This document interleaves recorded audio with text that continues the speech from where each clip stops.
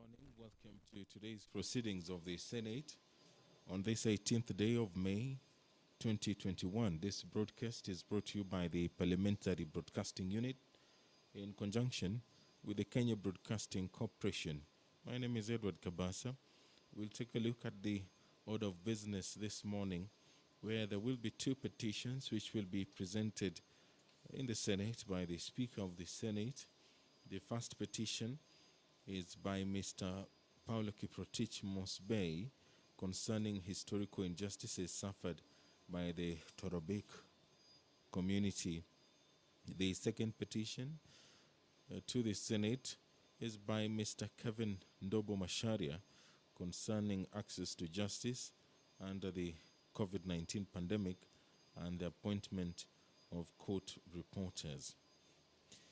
Pursuant to Standing Order 47-1, the Senator for Vihiga County, Senator George Khaniri, will make a statement concerning the increase of fuel prices in the country. The Senator for Homa Bay County, Senator Moses Kajwang, will make a statement concerning review of regulatory framework for unmanned aircraft systems, otherwise known as drones, in Kenya.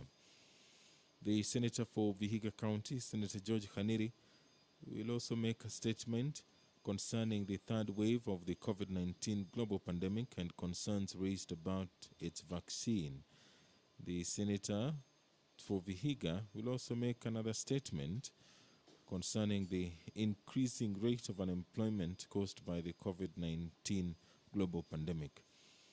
Pursuant to Standing Order 48-1, the Senator for Lamu County, Senator Anwar Loitiptip, will seek a statement from the Standing Committee on National Security, Defense and Foreign Relations regarding the maritime border dispute in the Indian Ocean between Kenya and Somalia.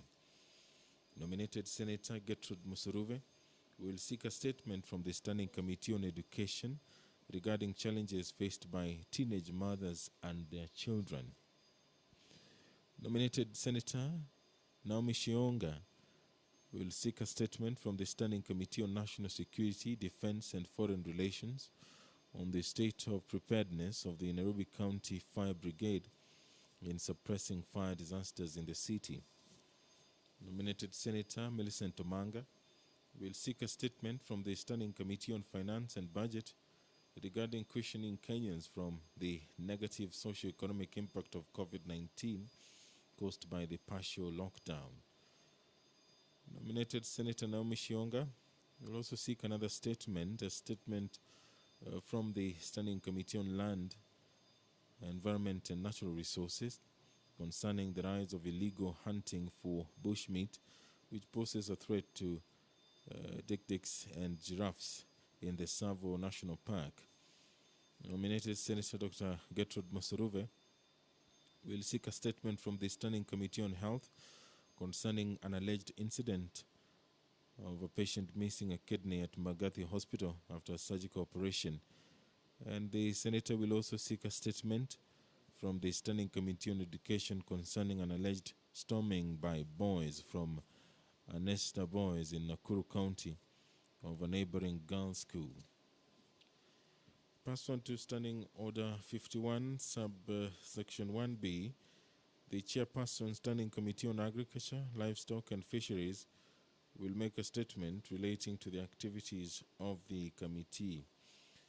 The chairpersons who will also be making statements regarding the activities of their committee include the Chairperson, Standing Committee on Devolution and Intergovernmental Relations, the Chairperson, Standing Committee on Education, as well as the Chairperson, Standing Committee on National Cohesion, Equal Opportunities and Integration.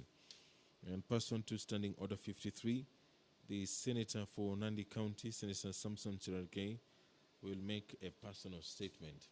If you're just joining us, the proceedings of the Senate on this 18th day of May 2021 is about to begin. This broadcast has been made possible courtesy of the Parliamentary Broadcasting Unit.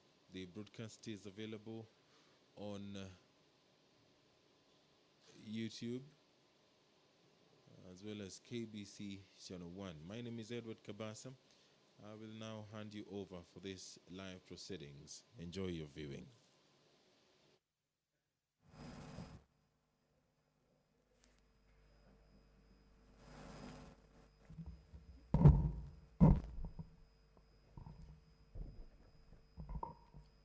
Almighty God, we beseech you to behold with your abundant favor and blessings as your servants, whom you have been pleased to call the leadership positions in this republic. We seek guidance to treat and consider all matters that shall come under deliberation in so just and faithful a manner as to advance the peace, prosperity, and welfare of our country and of those whose interest you have committed to our church. Amen.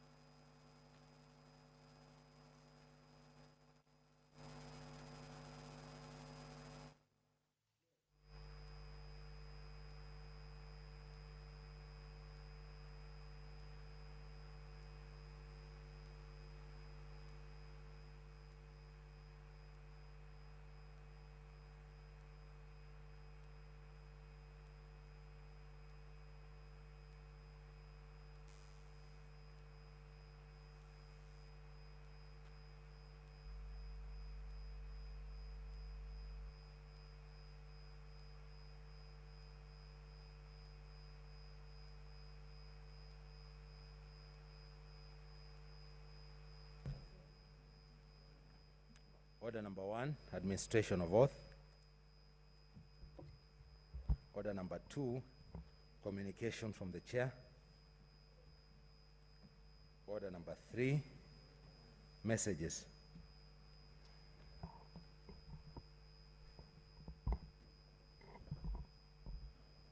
Honorable Senators, I wish to report to the Senate that pursuant to Standing Order 41.3 and 4, I have received the following message from the Speaker of the National Assembly regarding the passage of the Constitution of Kenya Amendment Bill 2020.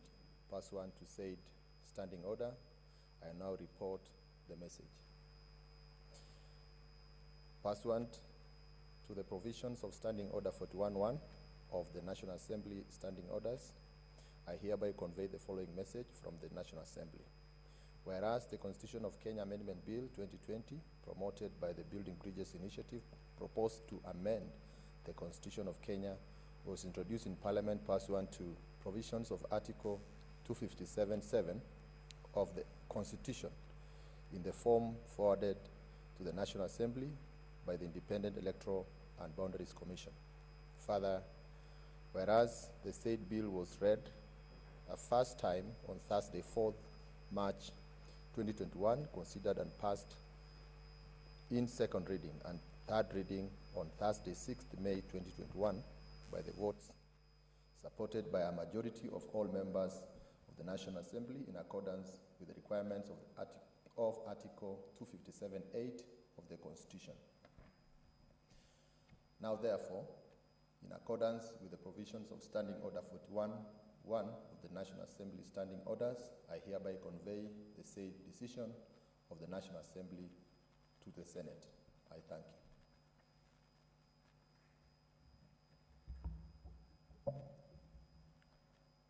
Order number 4, petitions.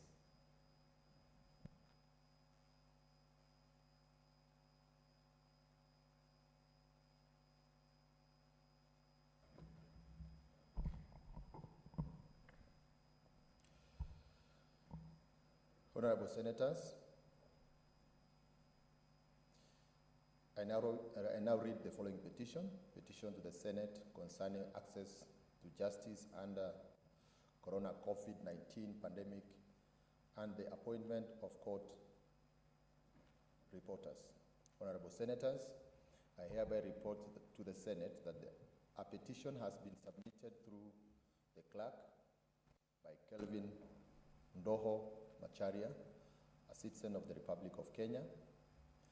As you are aware, under Article 119(1) of the Constitution, and I quote, "Every person has a right to petition Parliament to consider any matter within its authority, including enacting, amending, or repealing any legislation." Honorable Senators, the silent issues raised in the said petitions are that there has allegedly been great difficulty in mentioning hearing dates before courts during the prevailing COVID-19 pandemic. 2, that many matters with mentioned hearing dates fail to be listed in the cause list to great inquiry of advocates. Repetition as a profession when clients who rely on court diaries find out that their matters were postponed, yet in some instances, the said citizens have traveled from far off places and their matters have lasted over many years without completion. 3, that many certificates of urgency application to the courts are allegedly delayed and take 3 to 4 days to get any feedback on the outcome. 4, that obtaining certificate and scanned copies of the typed court proceedings is allegedly difficult. That owing to the requirements of the fidelity to the reduction of oral evidence into typed text and for matter reporters to take oath to uphold the rule of law, there is need for court reporters to have trained and certified court reporters.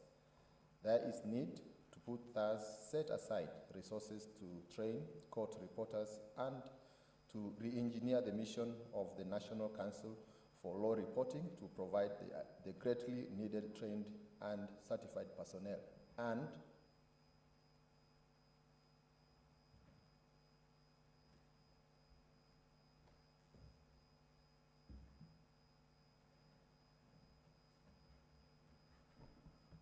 that there is need for more resources to be allocated to the function of administration and access of justice to resolve the issues currently being faced.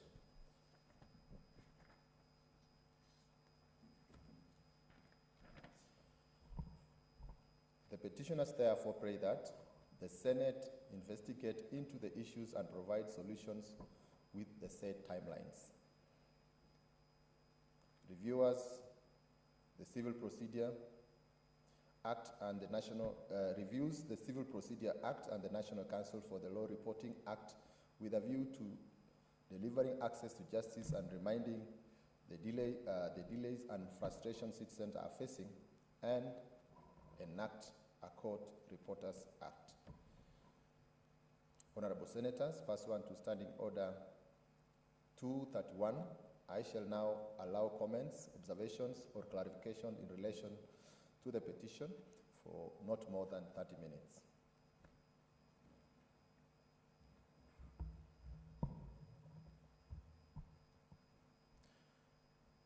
Senator Aaron Cheriot.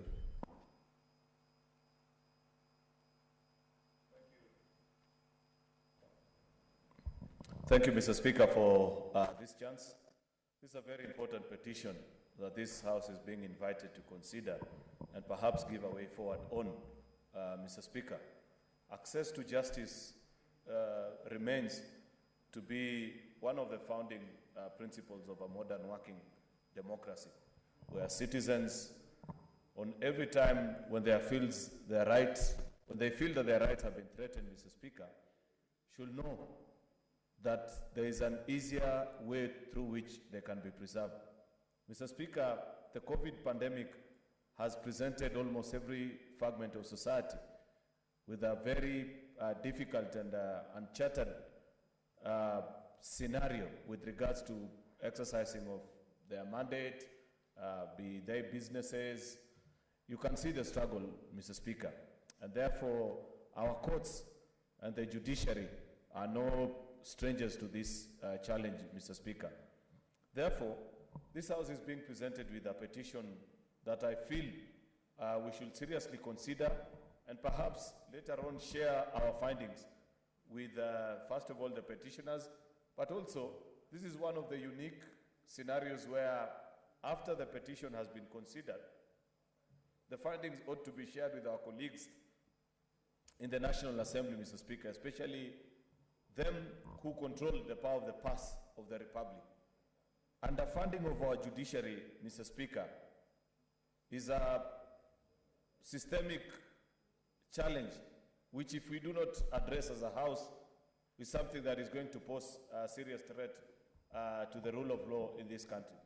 The fact that you know that when courts of law are not able to physically meet, they do not have a national or a platform upon which they can conduct court hearings. And therefore, sometimes it is left to who do you know in the judiciary, whose maybe email address you have, so that the registrar and such like issues, Mr. Speaker, shouldn't be things that we are doing in the 21st century.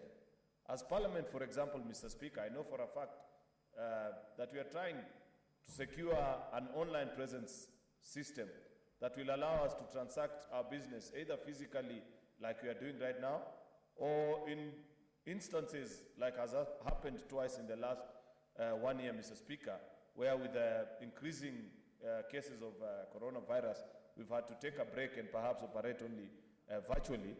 Then as a House, our business continues uninterrupted. Unfortunately, the judiciary does not have that kind of luxury.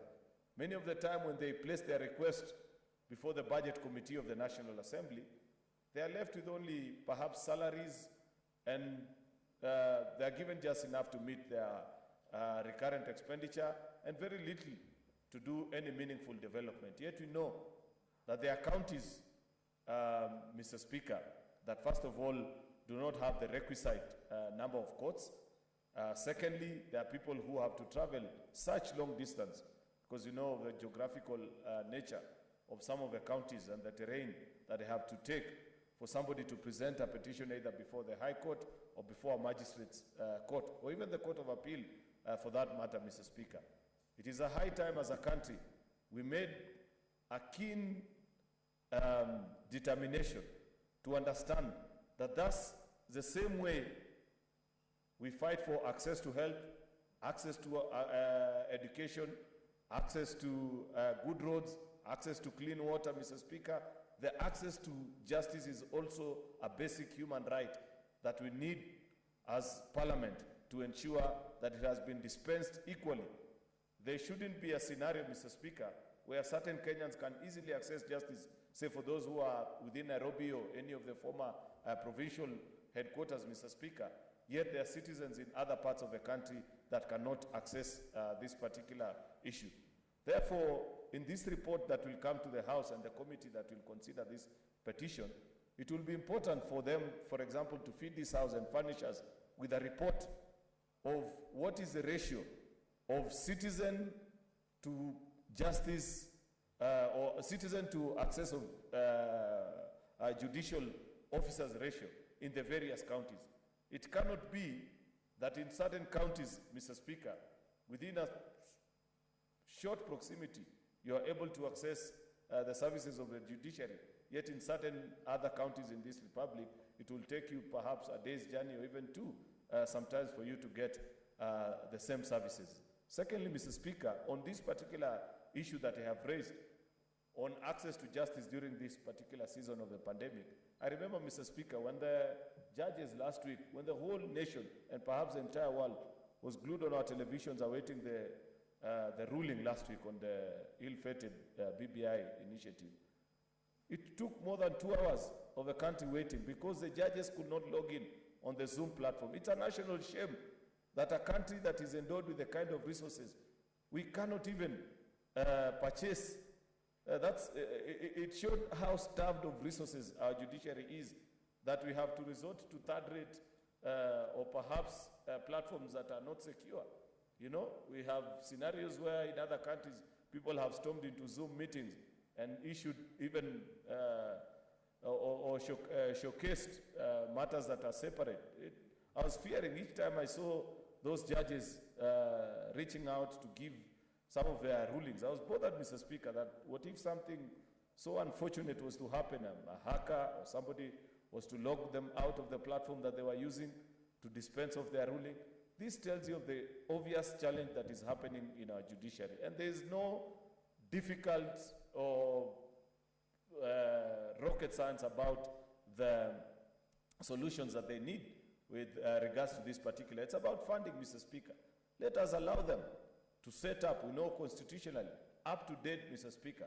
The judicial fund, the CS for Treasury has never gazetted those regulations to allow the judiciary to perhaps make use of some of the resources that they can raise from their services. Of course, there's a flip side to the argument on what can be done, but at least allow them to run a fund that will allow them to dispense justice and give out the services that they give to the citizens of this country as an equal arm of the government. And therefore, Mr. Speaker, this is why, if you read many of the proposals from some of the good thinking Kenyans had made before, all the attempted constitutional amendment initiatives that have come the last 7 years, Mr. Speaker, each of them have been saying, at least the same way we have defined how much needs, at least we've set a minimum ceiling of how much needs to go, or a baseline of how much we need to devolve to the county governments. At least let us have a percentage of the funds that Parliament needs to be dispensing to the judiciary. Because if you look at their funding of the judiciary with regards to the rest of the arms of government, it is not a proper comparison, Mr. Speaker, and it shouldn't be left to the whims of Parliament. We understand how parliamentarians are. For example, with the ruling that they gave last week, you do not want to imagine what will happen to their budget if it falls into the wrong hands in the National Assembly. There are people, if people were to make good their threats, some of the threats that you hear from people who are supposedly learned, and the kind of things they are saying about the judiciary, then you'll be worried. You'll be very worried as a citizen, Mr. Speaker, that such scenarios lead to obvious dysfunction in our judiciary. Therefore, my proposal, Mr. Speaker, because this is just by way of comment, and I do not want to take long because I know the rest of my colleagues also may want to say something about this particular issue, is that the policy decision or whatever proposal that will come out of this committee should not only be shared with the petitioners, but the same needs to be forwarded to the National Assembly, to their Budget Committee and to their Justice and Legal Affairs Committee, so that they understand that citizens are concerned about the continuous underfunding of our judiciary. Thank you, Mr. Speaker. Senator Mujihaji Faki. Asante Mheshimiwa Spika kwa kunipa fursa hii kuchangia malalamiko ambayo ameletwa bungeni na Kevin Ndoho Macharia kuhusiana na kuzorota kwa huduma za mahakama wakati huu wa janga la corona. Mheshimiwa Spika, malalamiko haya yamekuja katika wakati mwafaka kwa sababu tumeona kwamba huduma za mahakama zimeendelea kupungua kutokea kwa janga la corona mwezi wa 3 mwaka jana. Mheshimiwa Spika, kumekuwa na kufungwa kwa mahakama mara kwa mara kwa sababu mmoja au wawili wa wafanyakazi wa mahakama wameweza kupatikana na janga la corona na ugonjwa wa corona. Kwa hivyo si salama kwa watumizi wa mahakama hizo na vile vile pia mahudumu wa mahakama kuendelea kufanya kazi wakati wenzao wameweza kupatikana na janga hili. Mheshimiwa Spika, athari zaidi pia zimewatokelea mawakili kwa sababu mawakili wengi wanategemea huduma za mahakama ili waweze kukidhi mahitaji yao na vile vile pia waweze kuendesha ofisi zao, na kwa sababu hiyo wengi wameweza kuathirika na wengine wameendelea kufunga ofisi zao kwa sababu kazi zimepungua na vile vile pia huduma katika mahakama zinaendelea kupungua. Mheshimiwa Spika, katika jela zetu pia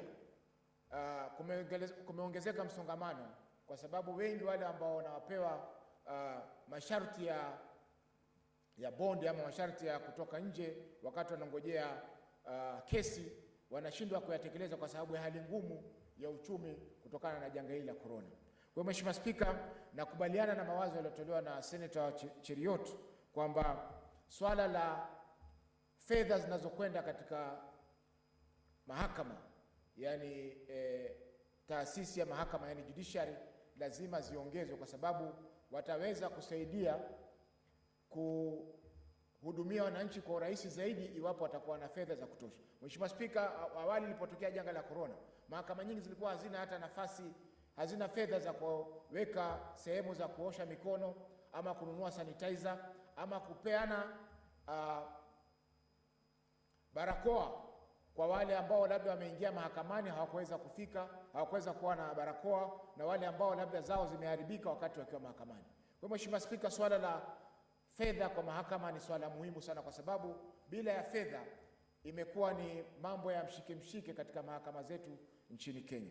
Mheshimiwa Spika, swala lingine ni kuwa zile huduma za tunazosema za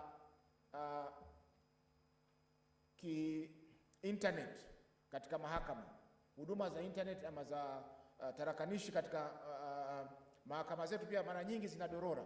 Utapata kwamba mawakili wataingia katika mtandao saa 3, lakini inawachukua masaa 2 ndio majaji waweze kuingia. Ukiulizwa wanaambiwa mtandao ulikuwa uko chini, kwa hivyo hatuwezi kuanza koti. Kwa hiyo Mheshimiwa Spika, mara nyingi pia utapata kwamba mawakili wanapiga kelele, unanisikiza mheshimiwa? Can you hear me, Your Honor? Can you hear me, judge?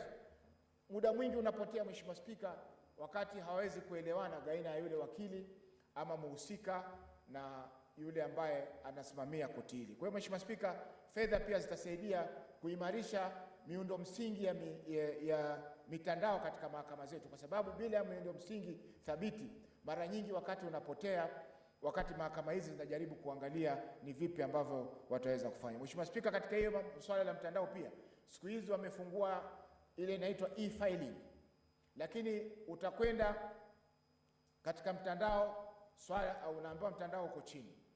Ukirudi pena saa 8 unaambiwa bado mtandao uko chini.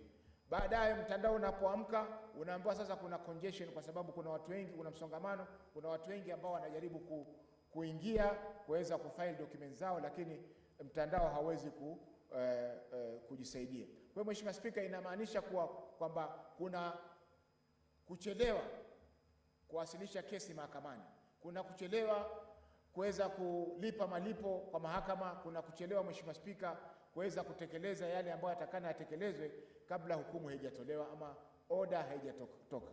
Mheshimiwa Spika, kwa mfano kama kesi inataka kupelekwa kwa haraka, yani ile wanaita certificate of urgency, mara nyingi inakuwa ni shida na kuchukua karibu siku 3 kama wakili kuweza kuhakikisha kwamba maombi yako yamefika mbele ya mahakama ili yaweze kushughulikiwa. Kwa hiyo Mheshimiwa Spika, hili swala la funding ni swala muhimu Mheshimiwa Spika. Swala la pia kuongezeka kwa mahakama zetu pia imekuwa ni muhimu, na vile vile Mheshimiwa Spika, utaona kwamba kwa vile mahakimu ni wachache, inakuwa ni vigumu kuweza kupunguza misongamano katika mahakama zetu.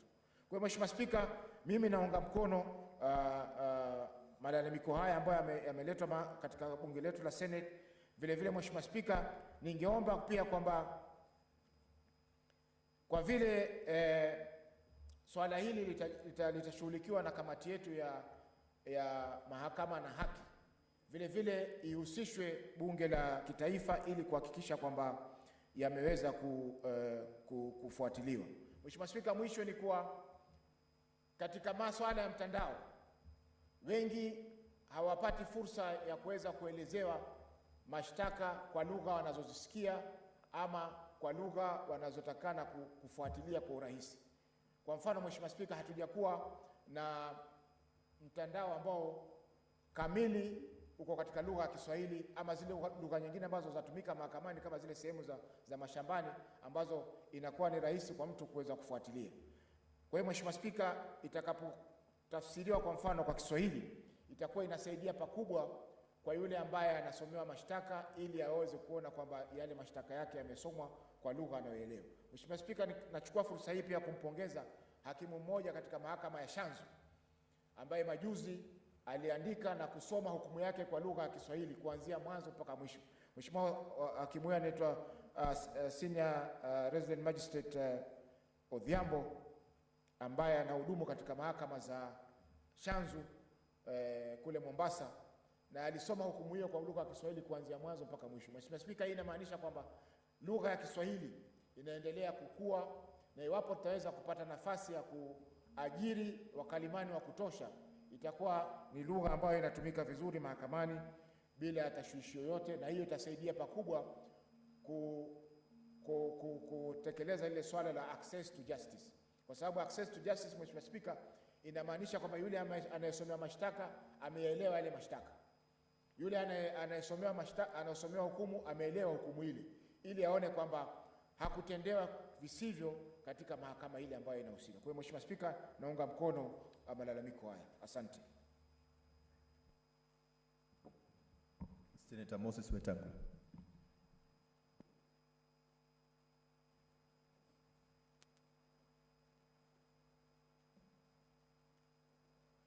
Thank you, Mr. Speaker, for an opportunity to also salute this Kenyan who has sent a petition, like many Kenyans do, to this Senate. I join the views that were ably put forward by Senator Cheriot and Senator from Mombasa, distinguished Senator Faki, that access to justice, even under our 2010 Constitution, is very clear.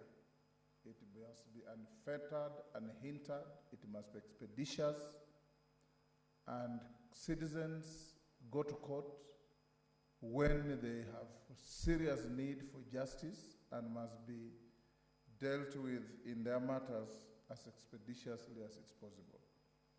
Mr. Speaker, for a long time, the judiciary has been underfunded. Underfunded because sometimes when the judiciary makes bold decisions against the executive presses the button on funding and tightens the tap. But I agree with the petitioner that now we have even extraordinary times with Corona. In the old days, Mr. Speaker, those of us who have practiced in the corridors of the law courts know how difficult it is to run around hidden files, misplaced files, and so on and so forth. That sometimes you go to court for a certificate of urgency and you end up staying there for a week, waiting for a matter that was extremely urgent to be addressed. Sometimes because of shortage of personnel, sometimes because of mischievous court clerks, sometimes because of mischievous litigants who collude with court clerks to get all these things not moved. But this petitioner is asking that with Corona and the extraordinary situation we face, we need even more extraordinary efforts to make wananchi access justice.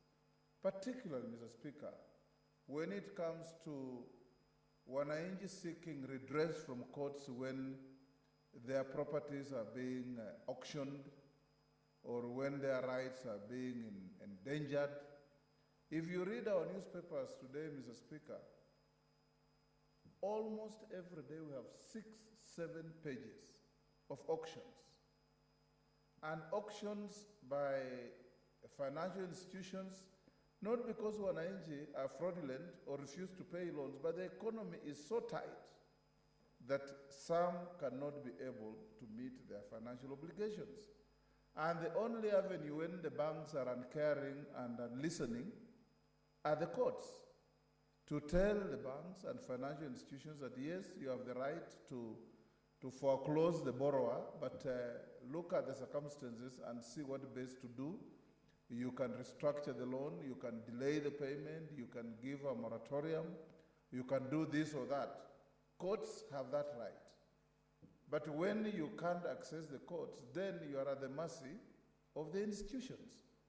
Mr. Speaker, equally important is the point raised by the distinguished Senator for Kericho, that Treasury must gazette the rules that will govern how the judiciary can appropriate some of the monies they raise directly so that they can be able to meet their day-to-day needs. This petition, Mr. Speaker, is even complaining about simple issues like photocopying.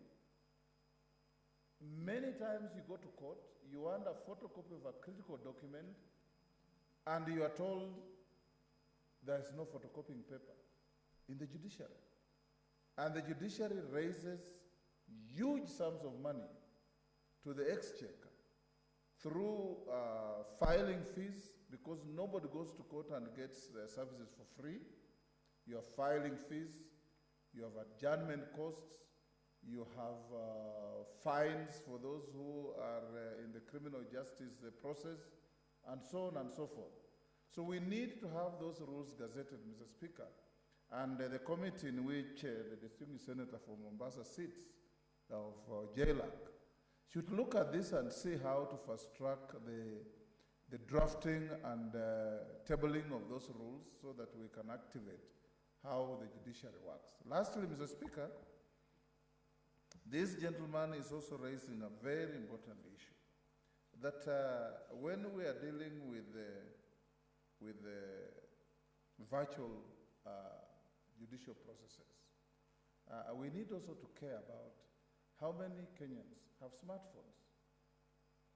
How many people in Samburu can engage and conduct a trial, civil or criminal, through a virtual process? We are told that just about under 10% of Kenyans have smartphones. The rest have kabambes, mulikamwizi. Those too small, all they want is make a phone call, receive a phone call, get M-Pesa, send M-Pesa, period. There's nothing else they want. Those who have got phones that have YouTube, that have got Google, they have got mailing, they are very few, Mr. Speaker. And when you expect a Mwanainji in Lamu, in Vanga, in Bungoma, in Isiolo, to engage in a court process virtually, it means you expect them to have a computer, a tablet, or a smartphone. They don't have them. So we need to have a better way, a more innovative way of accessing Wananchi to justice. Instead of cramming in courts, Mr. Speaker, the government should put aside money and help courts to even organize to have open sessions. Open sessions, as long as justice is not about buildings. It's about having a judicial officer, having litigants, and having a process of hearing their grievances and giving them the justice they want. You can put up a public dome so that people do not have to cram and endanger their lives in terms of transmission of COVID-19, so that justice can be dispensed. In these extraordinary times, Mr. Speaker, I know we have courts all over, but the judiciary should also be innovative to even create special spacious courts in regions, so that it's not asking for too much for somebody from Bungoma to go to Kakamega or vice versa, because there's a special facility set up there to dispense justice. Somebody from Isiolo and Meru to go to Isiolo or Meru to access this kind of structure is not asking for too much, because Wananchi, the high, the mighty, the low, everybody must be given an opportunity to access justice fairly, expeditiously, and affordably. And that's why I support this petition, and the committee that is going to be seized with it must act quickly and bring findings to this House to help Kenyans. Thank you, Mr. Speaker. Senator Gertrude Musuruve.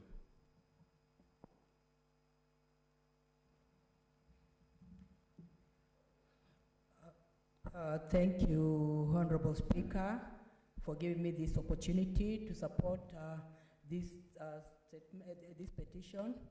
And indeed, Honorable Speaker, during this corona pandemic, the issue of accessing justice is paramount to everyone in this country, Honorable Speaker, because if justice is denied, if justice is delayed, it is the worst form of inhuman, Honorable Speaker.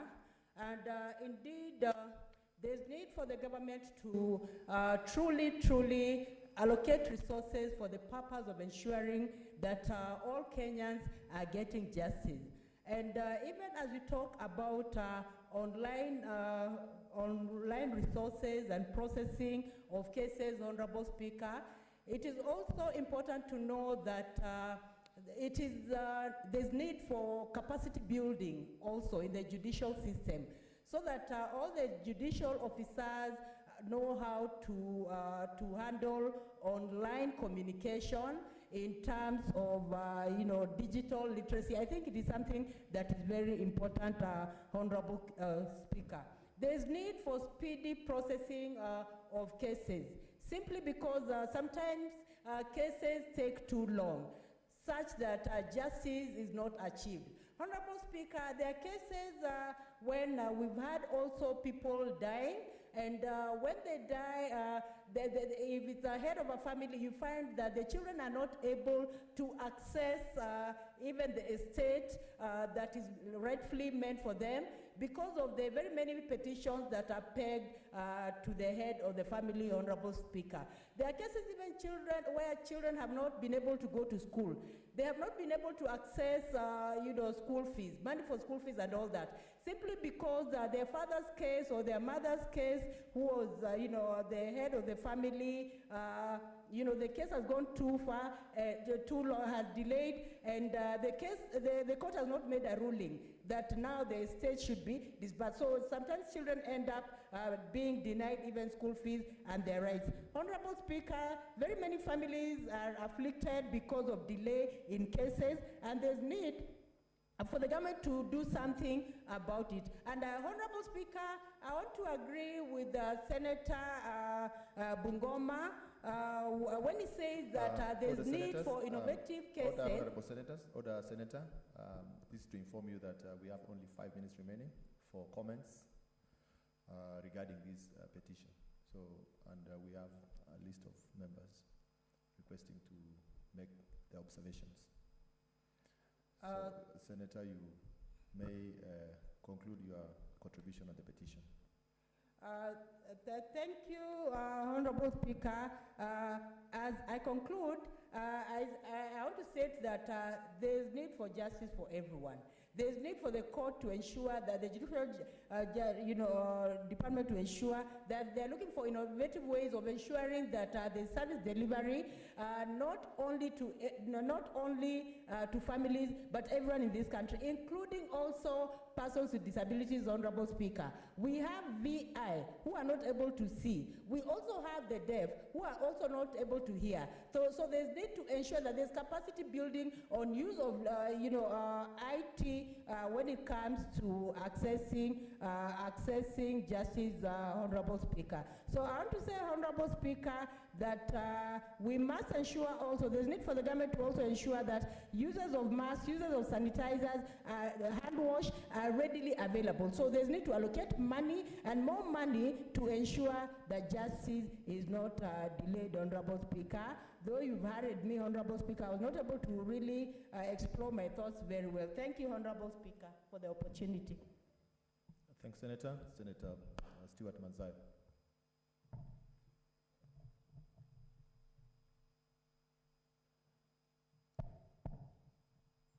Shukran, Mheshimiwa Spika. Mheshimiwa Spika, kwanza nataka kupatia kongole wakili ambaye ameleta hii petition, wakili Kevin Ndo Masharia.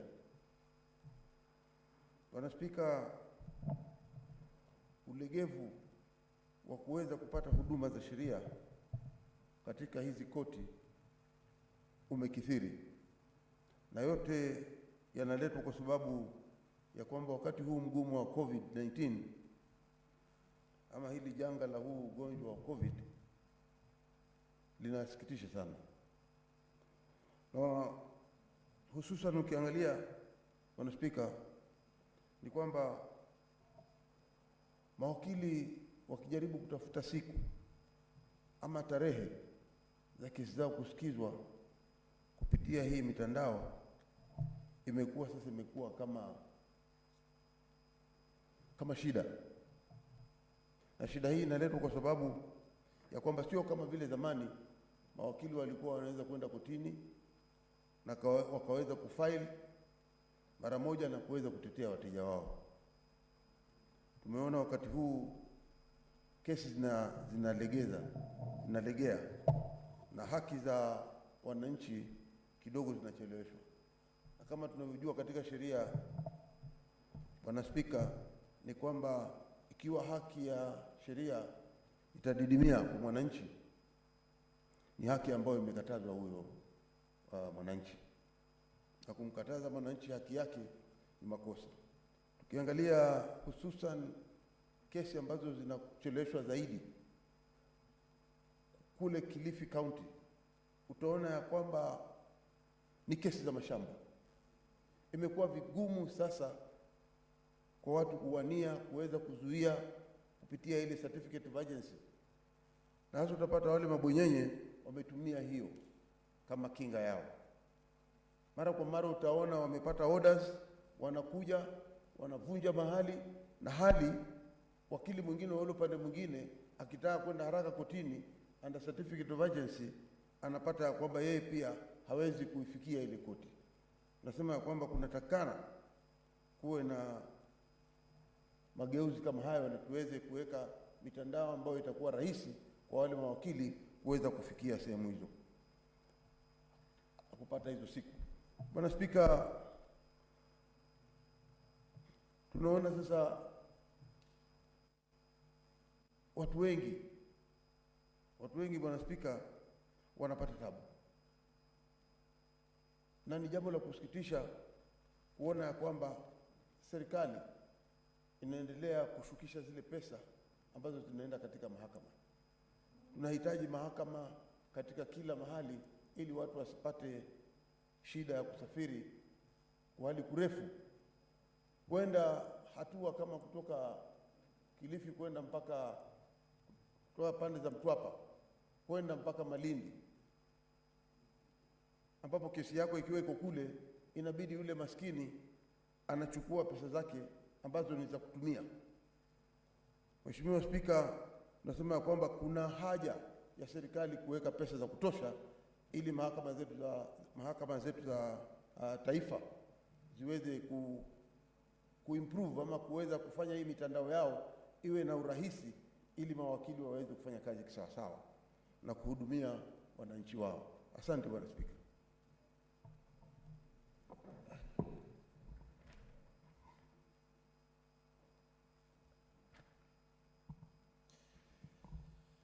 Honorable Senators, pursuant to Standing Order 232-1, the petition is hereby committed to the Committee on Justice, Legal Affairs and Human Rights for its consideration. In terms of Standing Order 232-2, the committee is required in not more than 60 calendar days from the time of reading the prayer to respond to the petitioner by way of a report addressed to the petitioner and laid on the table of the Senate. I thank you.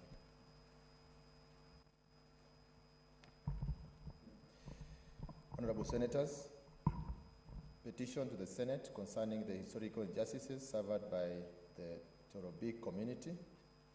Honorable Senators, I hereby report to the Senate that a petition has been submitted through the clerk by Paulo Kiprotich Mosbey, a citizen of the Republic of Kenya, on behalf of the Torobik community. As you are aware, under Article 119(1) of the Constitution, and I quote, every citizen has a right to petition Parliament to consider any matter within its authority, including enacting, amending, or repealing any legislation. Honorable Senators, the silent issues raised in the state petition are that the name Torobik is derived from the name Dorobo, who are forest dwellers within the Kalenjin community. In Kenya, the Dorobos were found originally living together with Ogiek community before forceful eviction and displacement from the regions of Mau complex of Nakuru and Narok counties, Mount Londiani across the forests of northern Tinderet in Nandi County, Tim Bora from the Maji Mazuri part of the Kwebatek Forest, Dugan Hills, Mount Elgon Forest, and Cherengani Hills. That the community was allegedly evicted from the original forest habitat was forcefully displaced by the colonialists and thereafter by the Kenyan government after independence. That most of the Torobik community allegedly lived and are still living with the Ogier community in Mau Complex, while the rest are scattered across the Rift Valley counties, some as far as Kiambu, Nyandarua, Migori, Isiolo, Bungoma counties. That there has been a delayed resettlement and neglect of Torobik community by the government of Kenya. Therefore, the community has suffered from marginalization, suffering an abuse of human rights, and has been recognized by the government of Kenya, thus is living in abject poverty and undignified life. That currently, some IDPs and squatters from the Ogier community are allegedly in the process of being compensated and or resettled across the country by government. However, the Torobik community has not been given such considerations.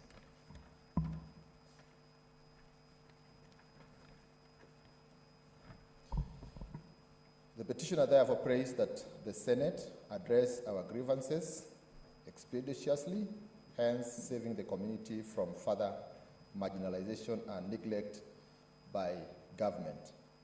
Recommends a mechanism framework with timelines or resettlement compensate the Torobik community members in their respective counties and set aside funds to compensate and resettle the community. Honorable Senators, pursuant to Standing Order 231, I shall now allow comments, observations, or clarifications in relation to the petition for not more than 30 minutes.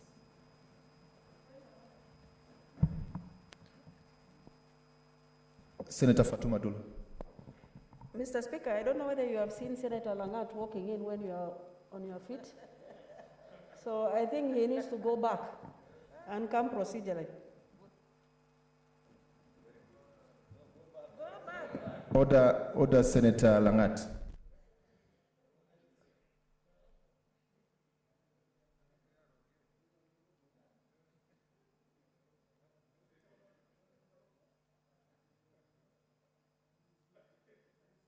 Honorable Senators, now we proceed. Senator Samson Cherargei.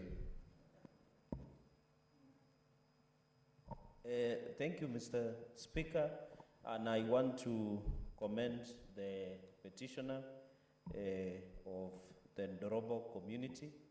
Mr. Speaker, from the onset, of course, these people have suffered long enough. And when you look at historically, the violation of Article 43 of the Constitution of Kenya in the economic and social rights has been violated. Mr. Speaker, when you look at the Article 40 on right to property, Mr. Speaker, most of these evictees, most of them are forest evictees that were created in the early 60s by government, and successive regimes have failed to address this issue once and for all, especially across the 14 counties, Mr. Speaker. In Nandi, for example, these people are evicted and most of them have settled in various sub-counties, and the number of families range from between as low as less than 100 to around 1,000 plus families that have been evicted over the years. And most of them may stay in Chemundu area, Mr. Speaker. Others stay in Nandi sub-county and even Tindred. In fact, in 2006, they were evicted from Kericho County, and they settled with families somewhere in Kamelil. Others stay in Kapchanga, Mr. Speaker, Kipkurere, Kelbui, Lesos, Keben area, Ngetipkong, Cherondo, and also along Vihiga, Mr. Speaker. And I think, Mr. Speaker, this community has really suffered. And when compensation has been done even to internally displaced people, Mr. Speaker, this community has been forgotten largely. And it was under the ministry, and I've seen letters, the correspondence that these people have tried to do. They have even engaged the Ministry of Devolution.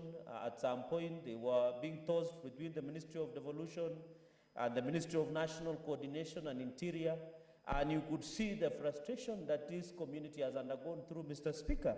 And therefore, Mr. Speaker, we have seen letters from even chiefs, administrators, ACC, and many other assistant county commissioners that has been written, Mr. Speaker, and this community has really tried to look for justice. But unfortunately, the two ministries of devolution, Ministry of Lands, and also Ministry of Interior, when you look at the correspondence, Mr. Speaker, most of these people, their issues has not been addressed.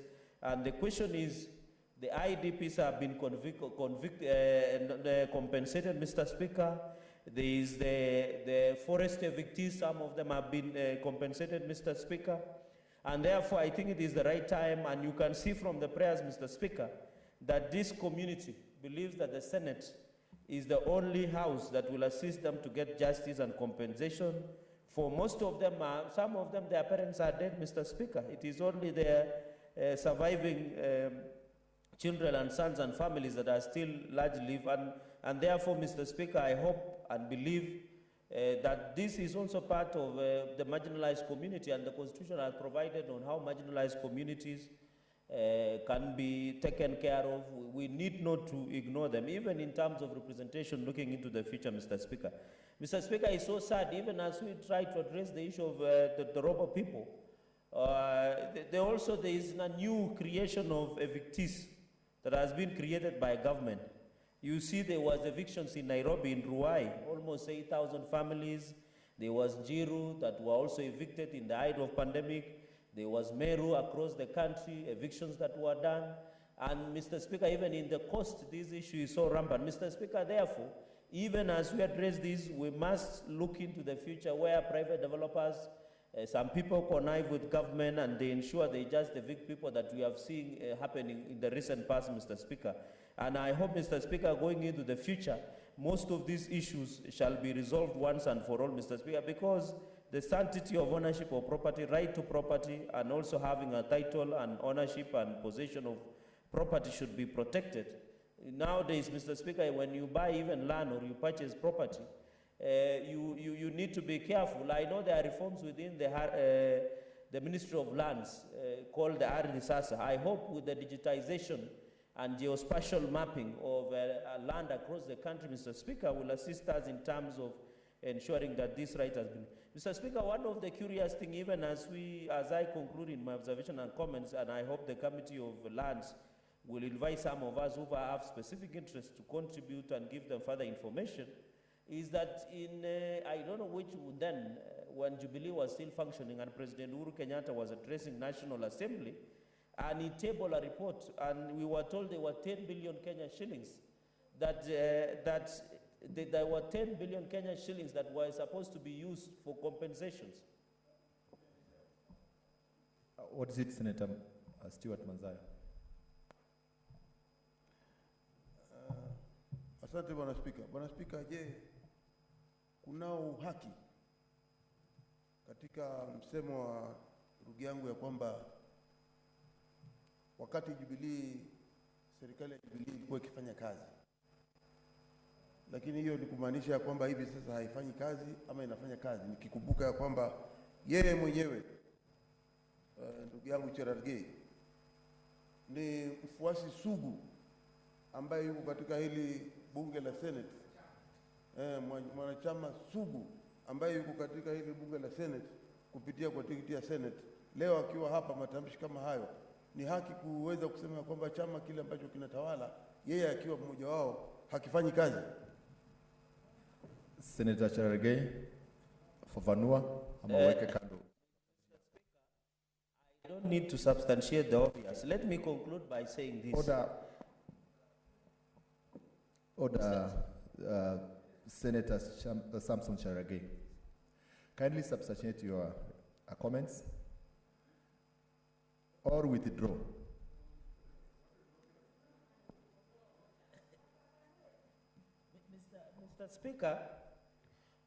Mr. Speaker, I think, of course, every Kenyan knows that there is a lot of dysfunctionality in the country, the economy is not doing well. Order, Senator. You have told me to elaborate. Why is the deputy majority leader agitated and yet she has not been given a chance? So, Mr. Speaker, the Kenyans are suffering. It is obvious that the issue of COVID, so there is some people... Order, Senator Charagay. You either withdraw or substantiate your allegations. Mr. Speaker, let me withdraw, but I can say allegedly... Proceed. No, Mr. Speaker. Proceed.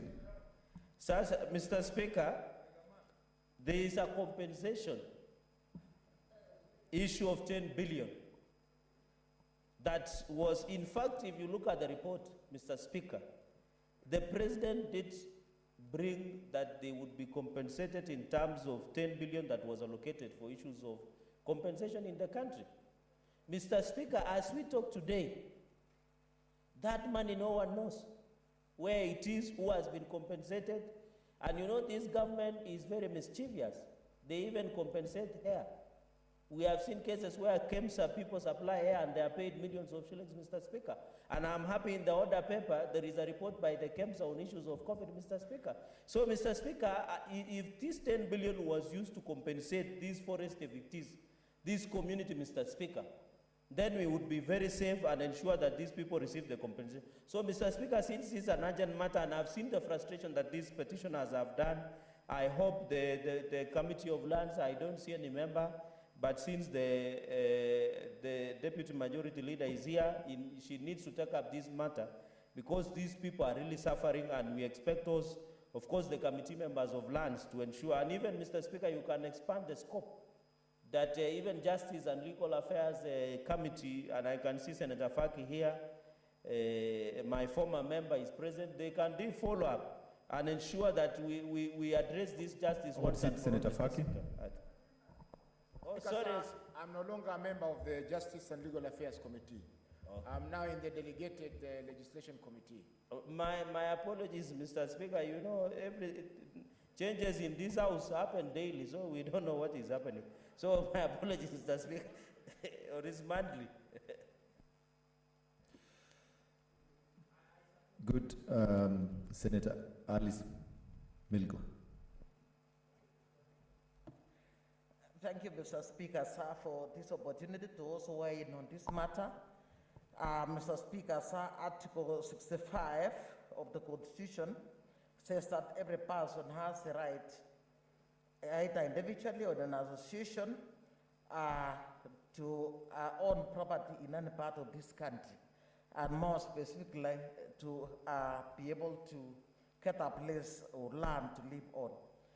Mr. Speaker, it is a challenge that the Dorobo people, in fact, many of them have been coming to my office believing that I would be able to actually settle them. And I've had actually nothing, I've just been dodging around this, imagining that at least one time they would be settled.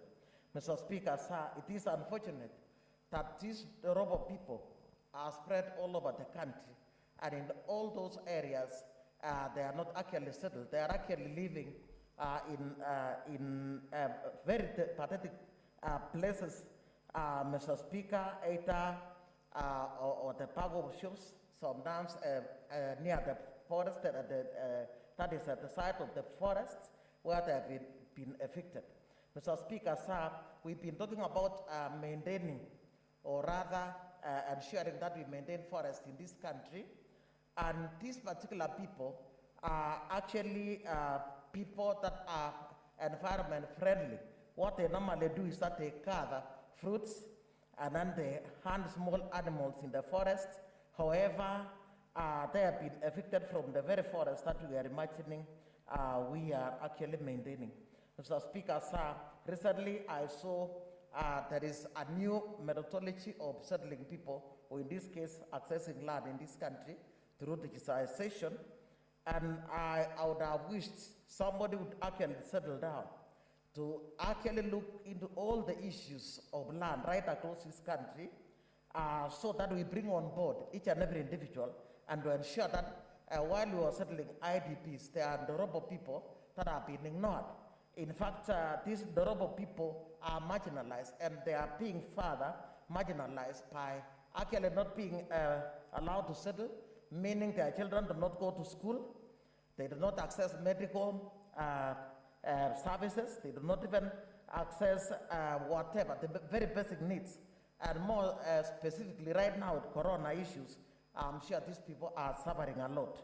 Mr. Speaker, sir, just very recently, one of them, older man came to my office with one learned Dorobo person, and they said they have been going around with this one because they have actually managed to educate that one in the hope that one time they'll be a voice to them. However, many of them are actually passed on, waiting for justice to be done to them.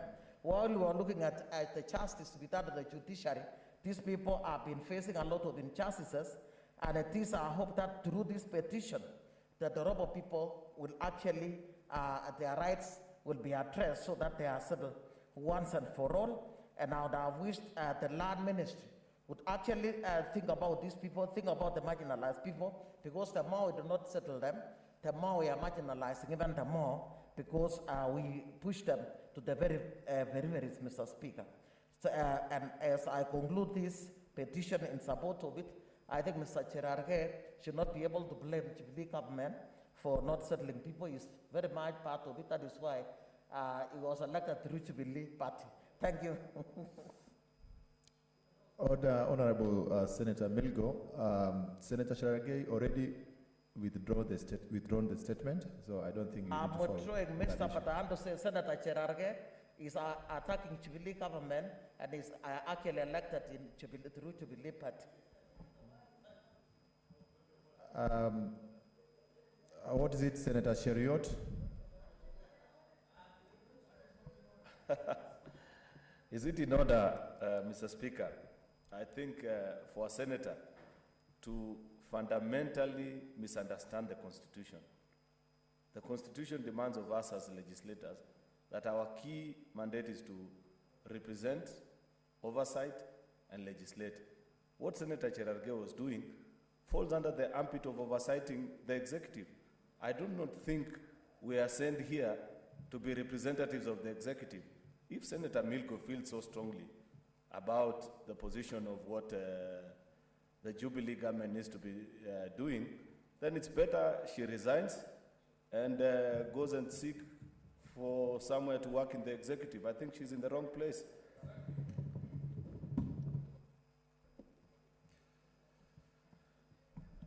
Honorable Senators, Senator Shionga, what is it? Speaker, everyone has a right to speak here, and I don't think that we can be limited by being told that we can't speak. And I'm talking to those that I cannot mention. Mr. Speaker, is Senator Cheriot right to say that Senator Milko goes and resign, and yet he's also a representative of people. He has a right to be here as a nominated senator under the Constitution of Kenya. Honorable Senators, we now proceed. We are limited. We have only 30 minutes for your comments and observations on this petition. Order, Honorable Senators. Senator Sakaja.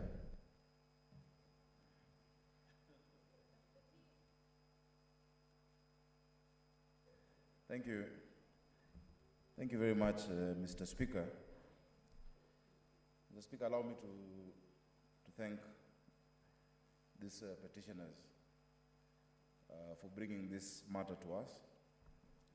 We must acknowledge that this community, and as Senator Milgo has elaborated and told us that even some of the representatives have been going to see her on this issue. These are people who have not tired to look for justice. And we must tell them that their pursuit of justice is not in vain. When they come to these offices, when they come to the Senate of the Republic and other institutions to seek what is rightfully theirs. The Bill of Rights creates and is really one of the core parts of our Constitution, what we call basic structure. And that is a real basic structure, not what we were hearing last time. That these rights are not what is given to you by government, but it's what cannot be taken away from you by the government. And we must really appreciate them and tell them that they must know that there are people, senators in this country, from different communities, not necessarily theirs, not even close to where they are from, but who believe in their right to exist in this country. Mr. Speaker, at a time like this, you know, when our country is talking about, you know, a pursuit of unity, trying to create cohesion, trying to build bridges, Mr. Speaker, we must understand that there is no way we can build bridges, there is no way we can achieve cohesion without equalizing opportunities. You must equalize opportunities for every Kenyan, no matter where they come from, no matter where they're born.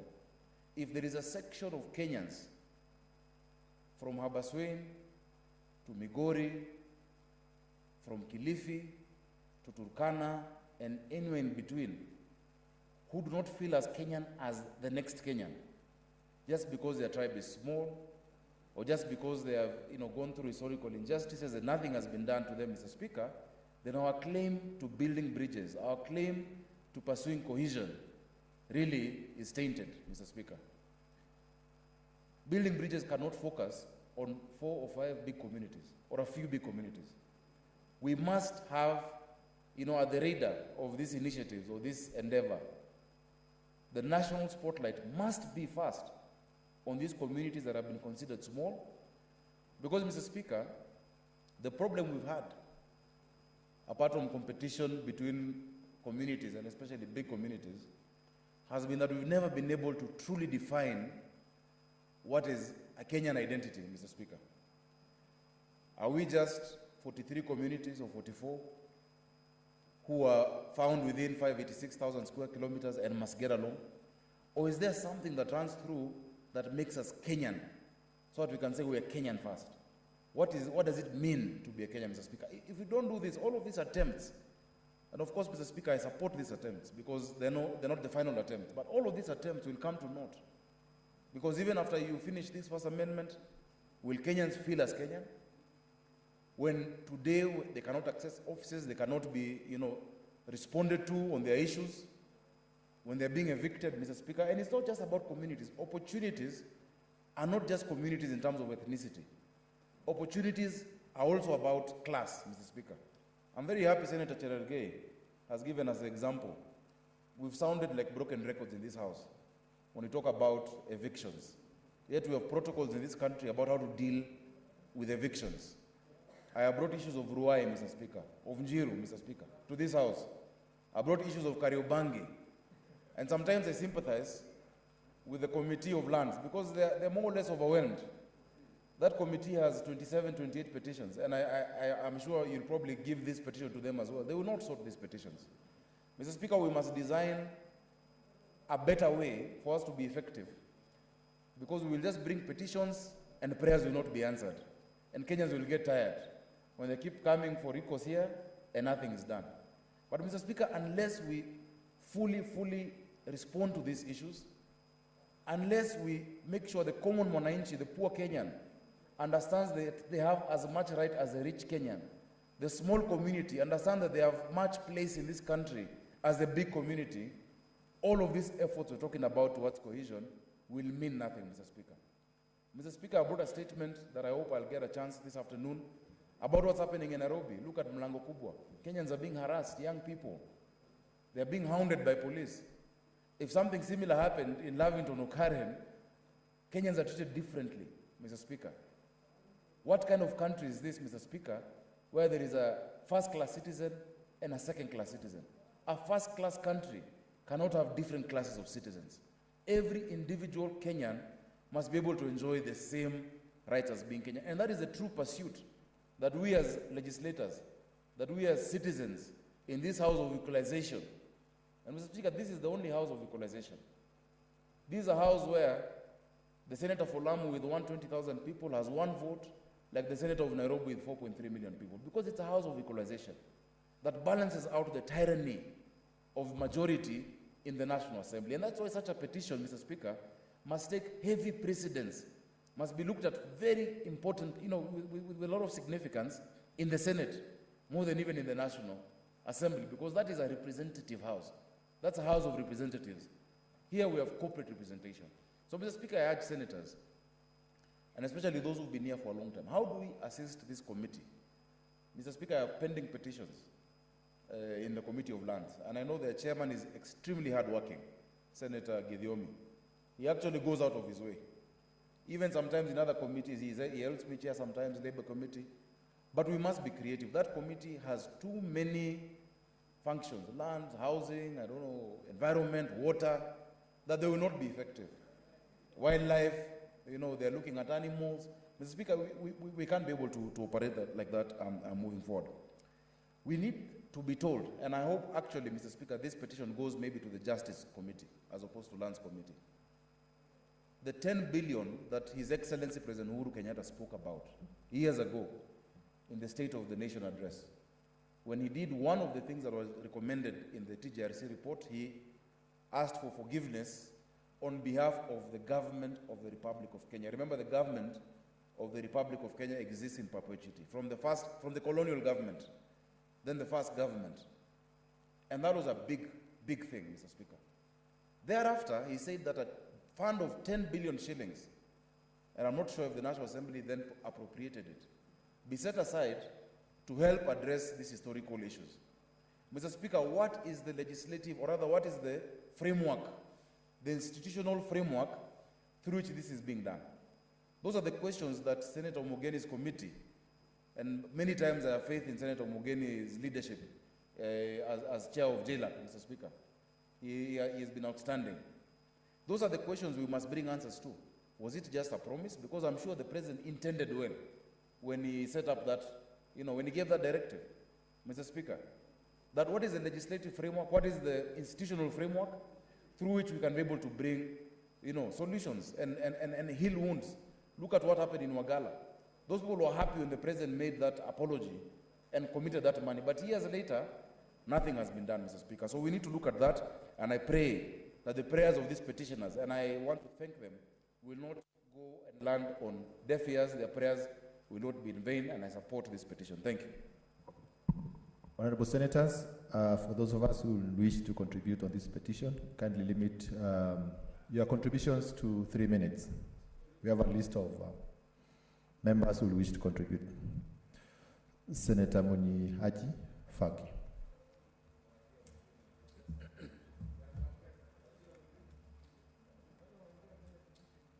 Utaongea tu, hakuna shida. Mheshimiwa Spika, kwanza kabisa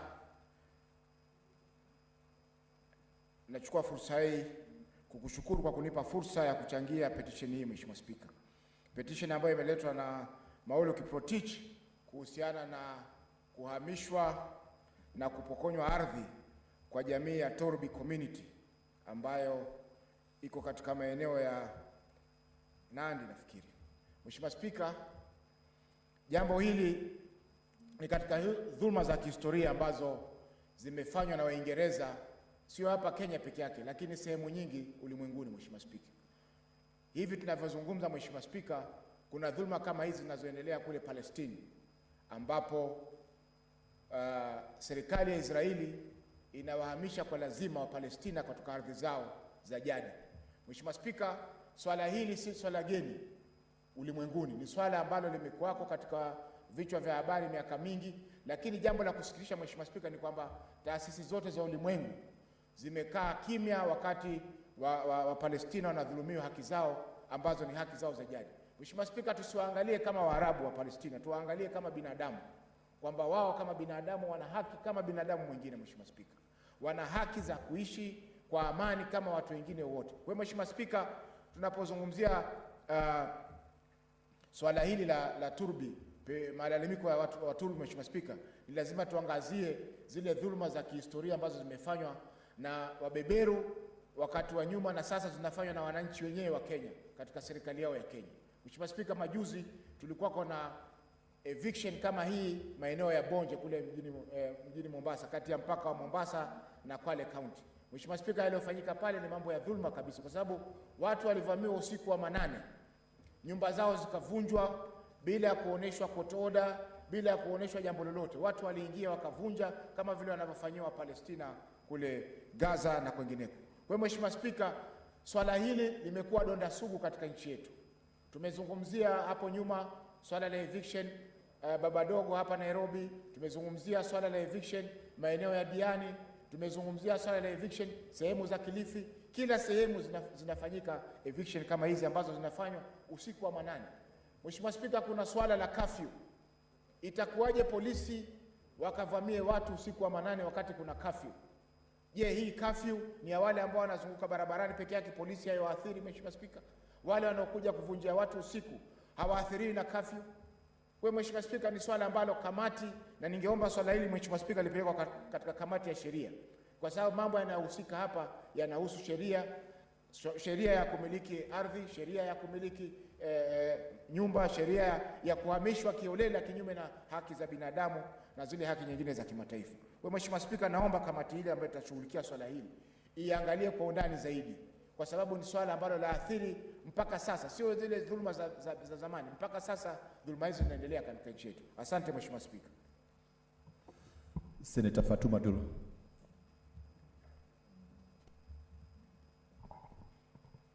Thank you, Mr. Speaker. Mr. Speaker, I wish to support this petition and again to congratulate the petitioners. Mr. Speaker,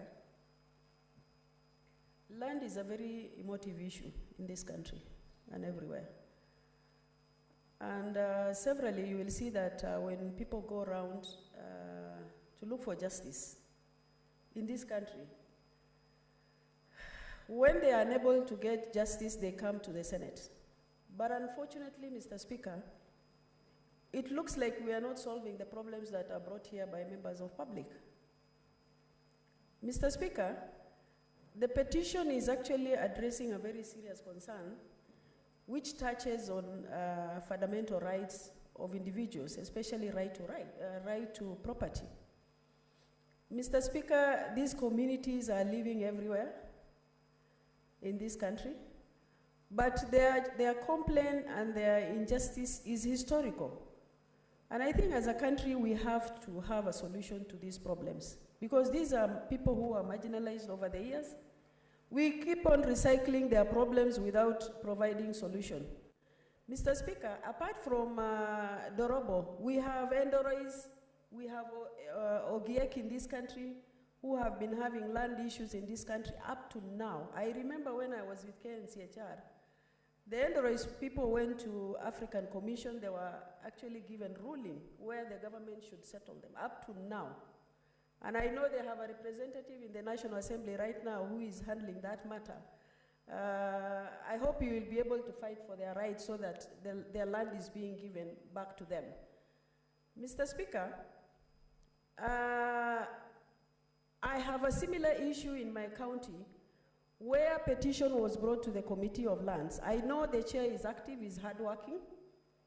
People are being evicted from where they have lived over the years and titles given to KDF. Mr. Speaker, that matter was brought to this House and it was delegated to Committee of Lands.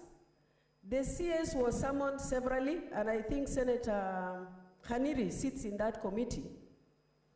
It looks like she has refused to appear before the committee severally. You can imagine people bringing petition to this House, they don't get a solution. They end up going, raising funds to represent themselves in courts. It's really, really very sad. Mr. Speaker, I know there is so much that Committee of Lands is handling, but if a matter is touching on human rights, I think it's important to be given to a relevant committee, which is JLAC, to be able to handle some of these matters. Because if we can solve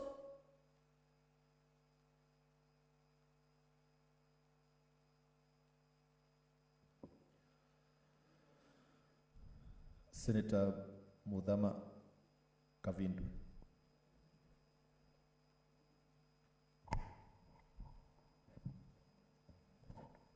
Thank you, Mr. Speaker, for giving me this opportunity to, first of all, congratulate the person who has brought this petition, because it's an important petition.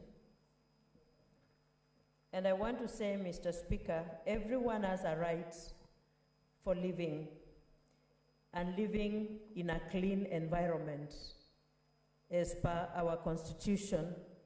And because these people are here in Kenya, I believe they are citizens and they have a right to live in a clean environment. I just wonder where they get their food from. I wonder where their children go to school. I wonder how they work, and even when evening comes, what they feel as human beings, knowing that they have nowhere permanent where they can call home. Mr. Speaker, I want to say this is a matter that should be looked at and dealt with urgency. I remember the Makondes. Just recently, the president recognized them as citizens of this country. The Nubians of Kibera also. And the Makondes, something should be done and they should be allocated. I believe Kenya, we have a lot of land which is just idle. And every Kenyan has a right to live anywhere in Kenya. And so I believe if this matter is dealt with well, and maybe I plead also with the courts and with the president of this country to consider and see what can be done to these people, because they are here, they are citizens, and they should live like Kenyan citizens, and they have a right like every other Kenyan. Thank you, Mr. Speaker. Senator Christopher Langat.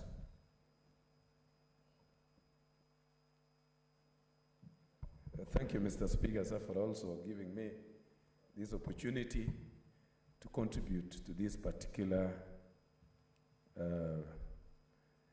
very important statement. And I want to say eviction in this country, or petition rather, eviction in this country, Mr. Speaker, sir, has become so inhuman. It is happening in the countryside and even in this particular city. But I want to begin, and I want to go on record, Mr. Speaker, sir, that I'm a member of Jubilee, which actually has formed this particular government. While we were campaigning, I want to apologize very seriously. I want to apologize very seriously to Kenyans, especially in Mao Forest, where even the head of state visited that place and promised to settle these people and end this particular eviction, which lacks structure and formula for doing. He promised those people, it is in videotapes and it is everywhere. The head of state had promised those people that they will never suffer again. And immediately after we got this particular government, in fact, the same thing and even the worst part of it started. So we don't want to cover the government. We don't want to say the Jubilee government is not responsible, Mr. Speaker. I want to say we are squarely responsible for the mess that has happened to our people. Secondly, Mr. Speaker, I want to say that if we address the historical background of this particular eviction, it goes back to the time of the colonial period. These people were displaced by the colonialists who established the colonial white lands farming, and they were settled in forest. Thereafter independence, Mr. Speaker, sir, some who is who in this particular country took the land which historically belongs to those people and replaced the colonial masters, and then pushed these people further to the forest, whereby later on, especially during even the Moise era, these particular people continued suffering. They are being cheated. Their land was taken by these particular people, and they established plantations of tea and various things. So I want to say these particular people are suffering intentionally because of the failure by the government to settle them, Mr. Speaker. And I want to say that they have suffered so much. The eviction has never been timely. And to make the matters worse, there is no proper structure. You see, even in the Mau region and even in the Nandi region, these people living in these particular places, the government has stretched their hands. They have been building dispensaries. They have been building schools. And whenever eviction takes place, government resources goes to waste. So I want to say that this particular inhuman eviction of people should stop. And I want to encourage this particular house to take serious action through the respective committee, Mr. Speaker, so that, am I in? I'm not in.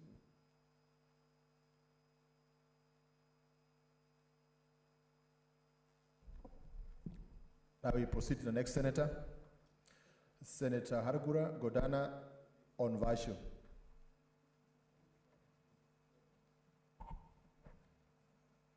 Thank you, Mr. Speaker. Mr. Speaker, I'd like to join my colleagues in raising concern that for a long time now, since the Senate was established, Kenyans have shown trust in the Senate and have bring their petition. Fortunately, it's very rare that any petition is done within 60 days, but it's better the committees to which this petition are assigned do Order, Senator Hargura. Order, Senator Hargura. There is a communication that once senators contribute on Vasho, should do it in appropriate place.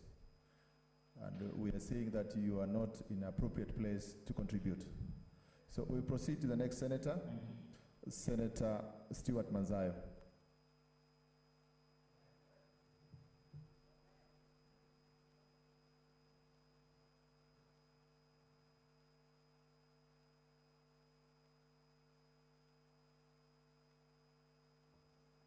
Asante Bwana Spika. Bwana Spika, kitu cha kwanza tunataka msifu huyu anaitwa Paulo Kiprotich Mosbey. Bwana Spika, ni jonzi ama si hali nzuri ile ambao hawa watu wa Torobek wanapitia.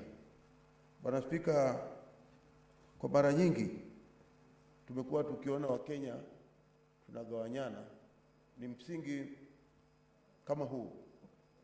Bwana Spika, si haki ikiwa kila mtu hapa anaishi kama Mkenya kuweza kudharau Wakenya wengine.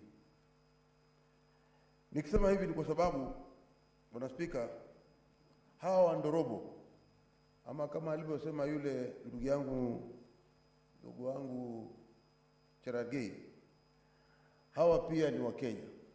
Wanatakana kutambuliwa na serikali na kuweza pia kutambuliwa na sheria. Bwana Spika, tunajua kuna wale watu wanaitwa Wandorobo ambao wanaishi huko kwenye milima na kwenye misitu. Lakini katika miaka na vikaka hao hawajaharibu ule msitu. Ikizidi zaidi wanautunza. Ni jambo la aibu hivi leo kuona ya kwamba ni serikali yenyewe ndio inahusika na kwenda kuwachukua hawa Watorobek na kuwafukuza katika haya mashamba ama katika hizi nyumba ambazo wamekuwa wakiishi wao. Na mara nyingi tunaona inafanywa katika hali ya ukosefu wa haki za binadamu. Hili ni jambo la kusikitisha, hususan likifanywa na maafisa wa serikali ambao wanajua kabisa vile wanafanya si utendaji haki. Bwana Spika, shamba tumeona ama ardhi ni kitu muhimu sana katika hii serikali, katika hii nchi yetu ya Kenya. Na watu wengi wamekuwa wakitengeza fake titles. Na kama kuna zile tunaita title ama stakabadhi za bandia, ziko nyingi sana kupita kiasi ndani ya Kilifi County. Watu wengi sana wamepata tabu kuweza kufurushwa katika mashamba yao kwa sababu mtu amekuja na certificate. Watu wameishi hapo zaidi ya miaka 70, miaka 40. Watoto wamesoma, mababu wamekufa, wamezikwa hapo, kila mtu amezikwa hapo, kuna makanisa, kuna maskuli, watu wanaenda. Bwana Spika, sijui kama niko na muda wa kuongea. Naona imewaka. Lakini tupatia dakika moja naweza kumaliza Bwana Spika kwa hisani yako. Conclude, Senator Mazayo. Asante Bwana Spika kwa imani yako. Bwana Spika, nilikuwa naweza kumaliza tu kwamba familia ya mzee Charo wa Baha hivi sasa familia ziko kule mwendo wa panya, zote zimeweza kufurushwa katika ardhi zao ambao wameishi miaka na vikaka, hali ikiwa ni madharau matupu ambayo yameendelea. Wale watu waliowafukuza ni watu ambao wako na stakabadhi za bandia, na tunasema kwamba serikali lazima ichukue hatua, itetee hawa watu ambao ni wanyonge, wako chini na wameishi katika hizo ardhi. Asante Bwana Spika. Senator Murkomen. Thank you, Mr. Speaker. Mr. Speaker, this is a very important petition that touches on a very emotive subject, and promises have been made to many minority and marginalized communities, whether it is the Dorobos, Mr. Speaker, whether it's the Olmolos of this great republic in places like Baringo County, or the Malakotes, Mr. Speaker, or the Sanye, the Wata of Lamu, Mr. Speaker, the Sengwers of Trans Nzoia, Elgeyo Marakwet, and West Pokot. All these communities have been victims of colonial injustice. And most of them, Mr. Speaker, were the areas where they used to live, Mr. Speaker, were gazetted as forest without consideration of their settlement. And most of them were given permits by colonial government in 1932 for purposes of, Mr. Speaker, holding, getting opportunity to graze their animals in those forests and not to do farming activities. The hope they had was that post-independence, these communities were going to be, their concerns were going to be addressed. The Speaker, their concerns was not dealt in 1932. In the Swinnerton Plan of 1954, their concerns were not dealt with, Mr. Speaker. The independence came, their concerns were not dealt with. We came to second liberation of this republic. We even have a new constitution that captures the interests of the minority and marginalized communities. But still, you have communities like the Olmolo, the Nderois, Mr. Speaker, have a judgment that was given by the African Court of Human Rights, Mr. Speaker, but has not been implemented. Senator Orengo, who was the Minister of Lands when this judgment was achieved, promised the Republic that he was going to ensure that there is a full implementation of that judgment. But what happened, Mr. Speaker? The major interests, the people who have taken land, who took land post-independence, are very powerful people.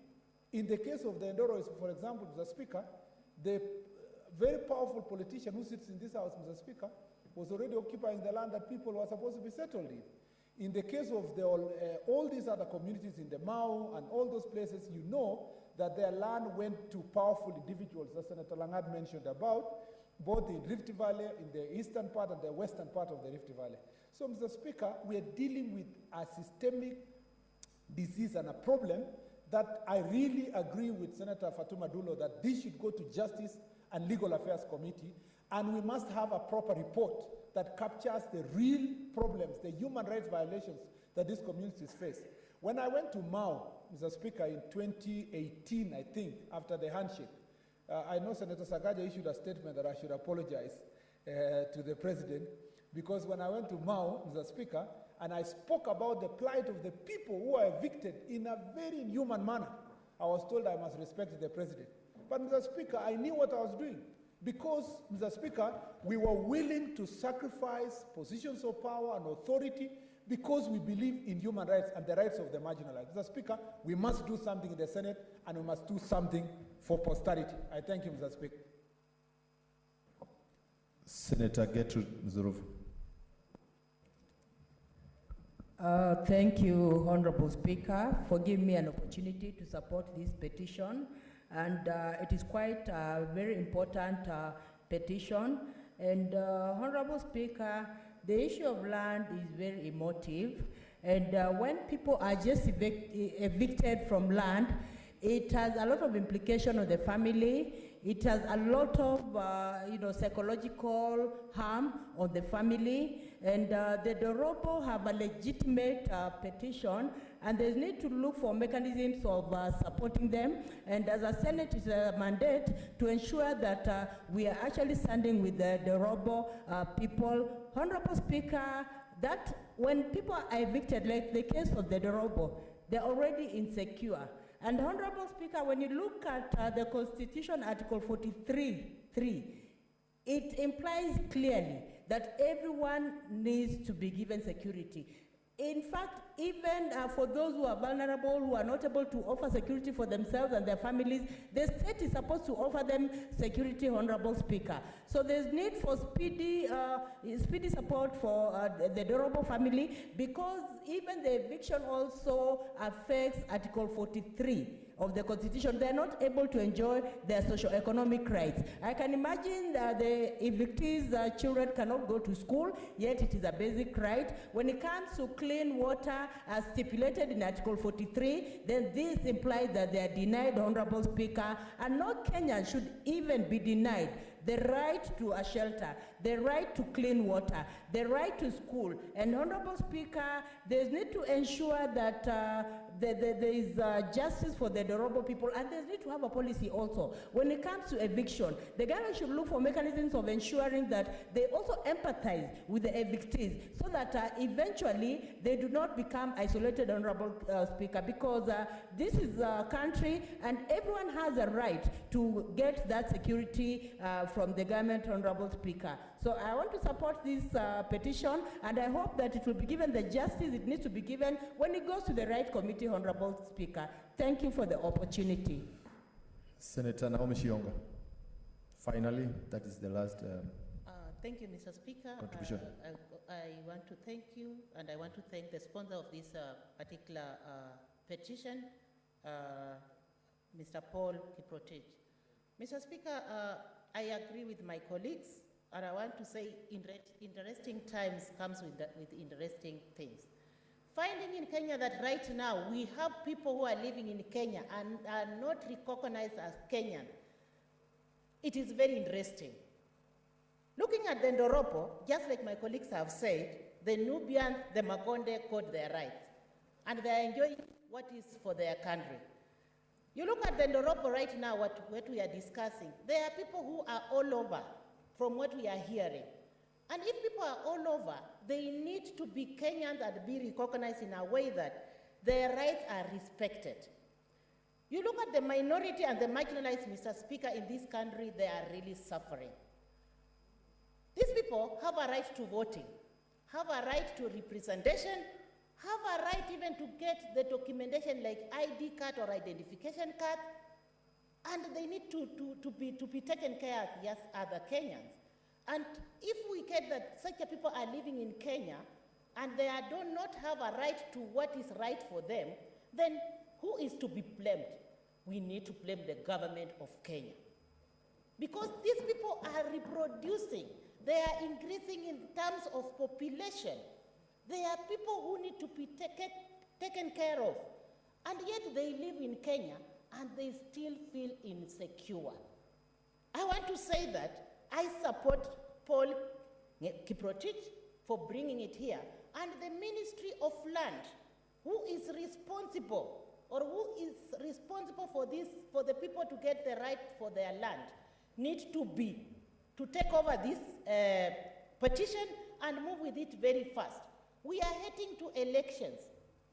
How do these people then vote? How do they get represented? We are getting even Huduma numbers. Who are they in Kenya? The ministry needs to demarcate this land or demarcate the required land for these people. These people are Kenyans, and they need to be looked at in this year whereby Kenya is over 50 years after independence. Mr. Speaker, the issues raised here, they need to be recognized. They need to be, as we have advocated, they need to be with the land. Land needs to take issue of these people right from the onset, because these are our brothers, these are our sisters, these will be our husbands' children and generation who will take care of these people. To conclude, Mr. Speaker, the land has so many petitions here. They need to be, they need to allocate time so that they look into the issues, and the issues, because these issues that are raised here, they are just not issues. Matters touching on land is a motor issue, and we need to take care of it and consider them. Thank you, Mr. Speaker. I fully support Paul Kiprotich on this petition.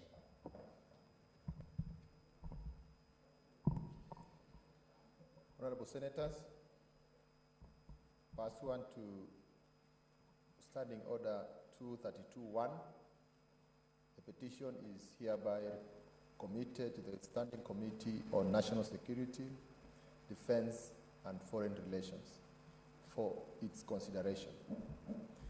In terms of Standing Order 232-2, the committee is required in not more than 60 calendar days from the time of reading the prayer to recommend to the petitioner by way of a report addressed to the petitioner and laid on the table of the Senate. I thank you.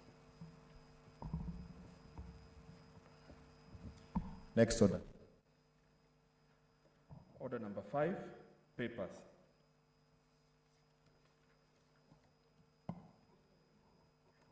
Next order. Order number 6, notices of motion. Order number 7, statements.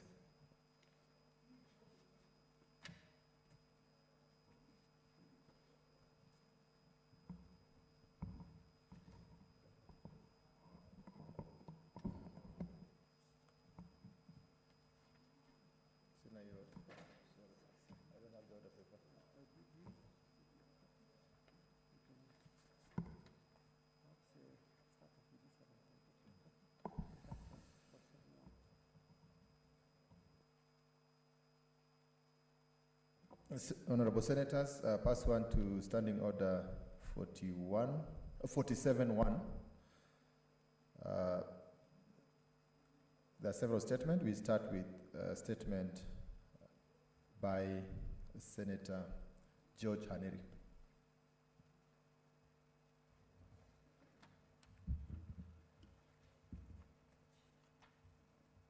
Mr. Speaker, I want to thank you for the opportunity.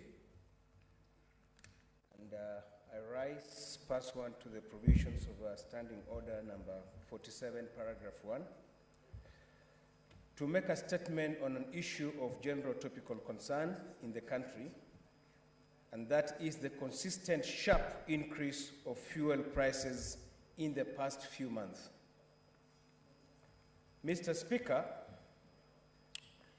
energy is one of the most important components in life. It is required at every level on a daily basis. Today, one of the most crucial sources of energy for industries, automobiles, and other machines is petrol. It is a big component in Kenya's economic and social life, and as it is used for both commercial and domestically. Petroleum fuel is used by motorists in cooking, either domestically or for business, manufacturing, and in machines. Mr. Speaker, rising fuel pump price by big margins always results in increase in overall cost of living in the country, with every negative effect on the majority of Kenyans. Mr. Speaker, sir, the Energy and the Petroleum Regulatory Authority, EPRA, revises petroleum product prices that apply across the country from the 15th date of every month. The price of fuel has risen consecutively over the last few months to the current, which is a 7-year high. Mr. Speaker, the prices of super petrol have risen by 7 shillings. I just want to let you know that this statement was done to have not updated the prices. You remember there was an increase again last Friday. So yes, on last Friday, and I have not captured that in my statistics. So these statistics are before the increases that were made on Friday. The prices of super petrol have risen by 7.63 per liter, Kenya shillings per liter, diesel by 5.75 per liter, and kerosene by 5.41 per liter in the current price schedule. A liter of petrol now costs Kenya shillings 122.81, up from 115.18. Diesel is retailing at 107.66, up from 101.91, and kerosene used for cooking and lighting, especially in low-income households, costs 97.85, up from 92.44. Those in towns far from the port of Mombasa, such as Mandera, will be paying much higher prices. Mr. Speaker, understanding the centrality of petroleum products in the daily lives and the spiral effect of increased petroleum product prices is a big blow to Mwananchi. The world and the country is battling the COVID-19 pandemic, which has battered the economy and condemned many people to job losses and households to poverty. Already, there are public service vehicles that have understandably hiked fares in their routes. This in itself is reducing the disposable income in most families. Matatus, taxis, and boda boda have greatly suffered during this pandemic and are now exposed to even more suffering as a result of reduced profits. Mr. Speaker, a comparison of pump prices of petroleum products across the region revealed that prices in Kenya are the highest in East Africa, higher than even landlocked countries, Mr. Speaker. This scenario has two immediate implications. One, the economic hardship to the general public, and two, closure of industries and capital flight. This will in turn lead to slower growth of the economy. It does not make any economic sense, Mr. Speaker, to invest in a country that has very high costs of production that will eventually eat into profits. The sum total of this capital flight is a worsening of the unemployment rates. In addition, this increase in prices might also lead to an increase in circulation of adulterated fuel. A mixture of the relatively cheaper kerosene with diesel or super petrol so as to push up volumes of the latter two products at a cheaper prices. Adulterated fuel is not only harmful to engines, but also to the environment at large. Mr. Speaker, I believe in our Speaker's sentiments that we should not always read from the Book of Lamentations. I also understand the dilemma we are in as a country, bearing in mind that the Energy and Petroleum Regulatory Authority, EPRA, is performing its statutory duty in publishing the maximum pump price for petroleum products in strict adherence to the legislation enacted by Parliament and notwithstanding the current revenue shortfalls in the country. But still, Mr. Speaker, we must have this conversation as it is what the people we represent expect from us. Nobody should gag or reprimand Kenyans in this discourse as we seek solutions. One of the core roles of Parliament is legislation by amending part of the law that require change. Given the nature of the bills in terms of money bill, I believe the other House should make the necessary changes on the Petroleum Act of 2019, the legal notice number 196 of 2010, and the legal notice number 26 of 2012, as soon as possible to provide a caveat to cushion Kenyans from extreme high price increase. I thank you, Mr. Speaker.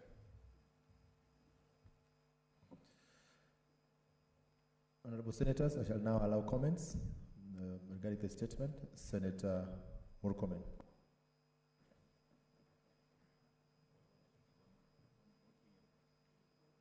Mr. Speaker, this is a very, very, very important statement, and I want to thank Senator Haniri for coming up with this statement about cost of living, and particularly fuel prices. Mr. Speaker, I don't know how common Mwananchi is surviving. Because, Mr. Speaker, even us, who are members of Parliament, and who are paid very good salary by the people of Kenya through taxpayer money, are crying about fuel prices. Mr. Speaker, you fuel your car in this Nairobi, yeah? And Mr. Speaker, the fuel cost for coming and going home from Bunge to your house for only 1 week, Mr. Speaker, has doubled It has doubled. So that, Mr. Speaker, by the end of the month, if you have a car, you spend about 30 to 40,000 on fuel only. Mr. Speaker, those are resources that would have gone to investment in this country. If those people, if this 40,000 was being spent by everybody to do an investment, it would have employed many Kenyans and it would have helped deal with unemployment in the country. The cost of living is the greatest threat at the moment to the national unity. In fact, there are many people here who have been accusing judges of decisions they make, they are causing this and that, Mr. Speaker. The greatest cause of unrest and violence, and Mr. Speaker, the greatest threat to the national unity is the fact that the cost of living has gone high, Mr. Speaker, to unprecedented levels. And it's happening at a time of a pandemic. We have a serious pandemic in the country, Mr. Speaker. We have a problem at the moment of dealing with this disease. At the same time, as a result of the measures that were put in place in regard to this pandemic, we've closed many businesses, we have let many people out of a job, and then we increase the prices. Now, Mr. Speaker, this is something that really shocks me. Many countries in the world, led by the United States, through their new president, have adopted measures and policies that are dealing with helping common mwananchi. What is called bottom-up approach, Mr. Speaker, center-wide and bottom-up approach, which the American President Joe Biden has adopted, where, Mr. Speaker, a lot of funds have been dispersed to help the poor. Social funds, Mr. Speaker, disbursements to communities, to families, resources being given to them to be able to take care of themselves. But what's happening in our country, Mr. Speaker, we are wasting a lot of time discussing matters of politics that have absolutely zero benefit to the people of Kenya. We are talking about creating other 70 constituencies. We are talking, Mr. Speaker, about having more legislators to come to parliament, more nominated legislators to come to parliament. We are discussing about creating the position of prime minister and 2 deputies. But the rest of the world is talking about how to deal with the common mwananchi, the cost of living, the cost of fuel. We have money. We are so much in a hurry to do a referendum, which is going to cost the country. President Uhuru Kenyatta himself, in 2013, 2014, actually 2014, when NASA coalition proposed constitutional amendments, said that it will be foolish of us to put aside 20 billion shillings to do a referendum when we should be implementing the current constitution to ensure that Article 43 of the constitution, socio-economic rights, the cost of living, Mr. Speaker, the lives of our people, the rights of our people under Chapter 4 of the constitution is achieved. But what are we doing? We want to increase layers and layers of leadership. We want to make ourselves better. We want to make sure that we continue in leadership for as long as we want. When will that child of a poor person get an opportunity, Mr. Speaker, to reach where we have reached? When they cannot pay school fees, when their children cannot go to school, when even those children could want to go to school, even if you make education free, they can't afford simple items, Mr. Speaker, like clothing, like soap, like food. Mr. Speaker, how many children in this country are going to school, are not going to school because they're hungry? Mr. Speaker, this statement is timely. But the problem, we have become a country of hypocrites. Mr. Speaker, we will say these things, we will preach these things, but Mr. Speaker, when it matters most, we will vote with our political demigods. We will take positions that have been instructed to us because we want to be politically correct. That is why, Mr. Speaker, I want to say here, without any fear of contradiction, the only line of defense remaining for the poor people of Kenya is the judiciary. Mr. Speaker, if there was no strong judiciary in the Republic of Kenya to provide orders that have stopped certain measures, including evictions, including, Mr. Speaker, increases of cost of living, including matters that are related to housing of many of the people of this country, so many people would have suffered. Yet, what do? Because we are politicians and we want to get more power, to get more position, to perpetuate our leadership, to control leadership of this country even when we have retired, what are we doing? We are insulting the judges. We are calling them names. Mr. Speaker, I want to tell the judiciary from the floor of this house, please save the Republic of Kenya. Help us, help the citizens of this country. Since this parliament has already been taken captive by the executive, and since, Mr. Speaker, the executive has been taken captive by the interests, family and personal interests of those in power, the only place where a common mwananchi can go is the judiciary. And George, Senator George Kanidi, I think beyond just your petition coming here, we need to encourage more citizens of this republic through, Mr. Speaker, what we call public interest litigation, to go to court and stop these orders. Because how come ERC is always increasing this price of fuel? I have never seen any member of the ERC holding public participation in Korogosho or in Kibera, Mr. Speaker, or in Embobut, where I come from. How come, Mr. Speaker, they just wake up one morning, increase prices of fuel, reduce the prices of fuel, without, Mr. Speaker, proper public participation? And they never reduce. In fact, if they have the power to increase, why don't they ever reduce? And Mr. Speaker, always the excuses we are told that, oh, you know, international prices. When these international prices improve, why don't they reduce the cost of fuel? Mr. Speaker, I want to encourage public citizens, the citizens of this republic, under public interest litigation, somebody to take up, Mr. Speaker, this matter in court. And maybe this time, maybe Senator Kindiki should be the lawyer of the next Omtata. It may not be the Omtata we know. And Mr. Speaker, all of us here can be behind Professor Kindiki to take a public interest litigation about the cost of fuel, about how this fuel is being increased, until we provide transparent, verifiable, clear mechanisms that, Mr. Speaker, are being used to increase the cost of fuel. If we don't do so, this ERC, this government, Mr. Speaker, and I agree with Senator Langat who said that we were part of Jubilee. I totally agree.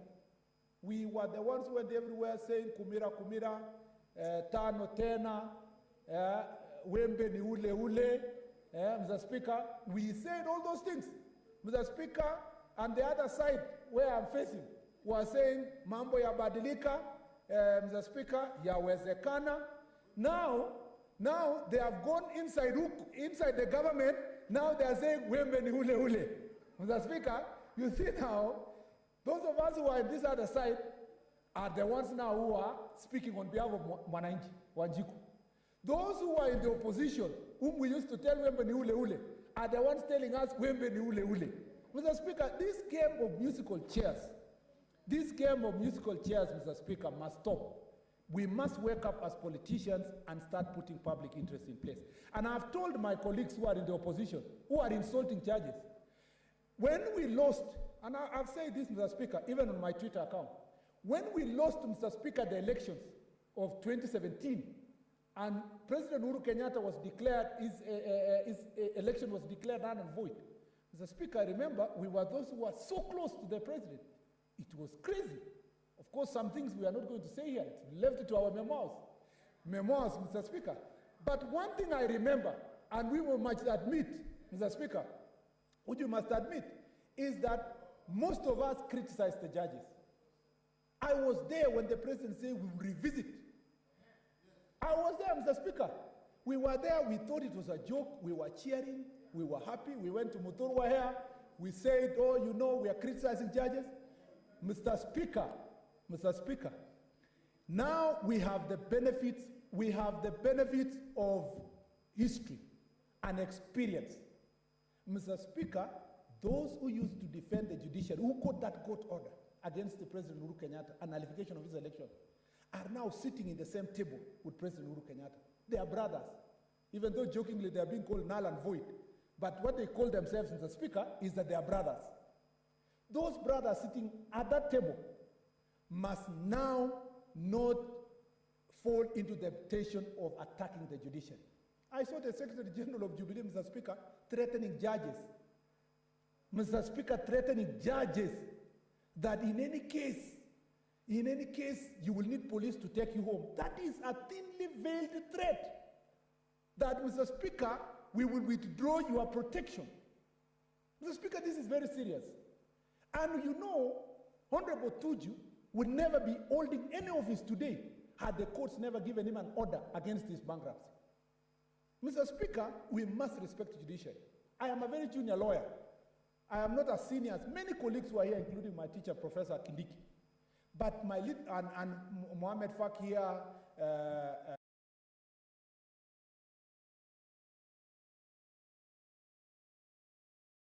Matsayo, Mr. Speaker, you know, the changes that are happening in this house is very confusing.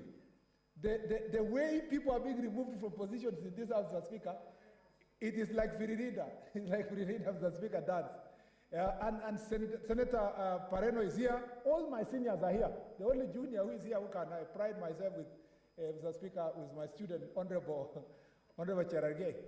And so, Mr. Speaker, I want to say this, that we must, as a house, do everything humanly possible and as politicians to protect the judiciary. Because I have seen there is a great temptation now to fight the last defense of Mwananchi. And if we are going to survive, Mr. Speaker, going forward, we will need more orders from the judiciary to stop this roller coaster that is being exercised by the executive at the moment to increase the cost of living at the expense of common Mwananchi. Mr. Speaker, I beg to support. Honorable Senators, let's keep our comments to the statement, the subject matter of the statement. Honorable Naomi Shionga. Speaker, sir, I want to thank you and thank at most the sponsor of this statement, Senator Haniri. Mr. Speaker, the issue raised in this statement, or the issue that is being discussed here, is of great volume, Mr. Speaker. Looking at the prices of fuel currently, as my colleague Murkomen is saying, it is putting Kenyans into a very awkward state. Putting into consideration that most of the Kenyans live below poverty level, and putting into consideration not everyone enjoys using or have privilege to use government of Kenya vehicles, the so-called the GOK vehicles that are fueled by the government. Mr. Speaker, it is so sad that the prices have increased with a great margin that we are seeing currently, from 115 shillings per liter to 126. Even in the statement, Senator Kaniri has said 122, it is 126. The stakeholders here need to be blamed.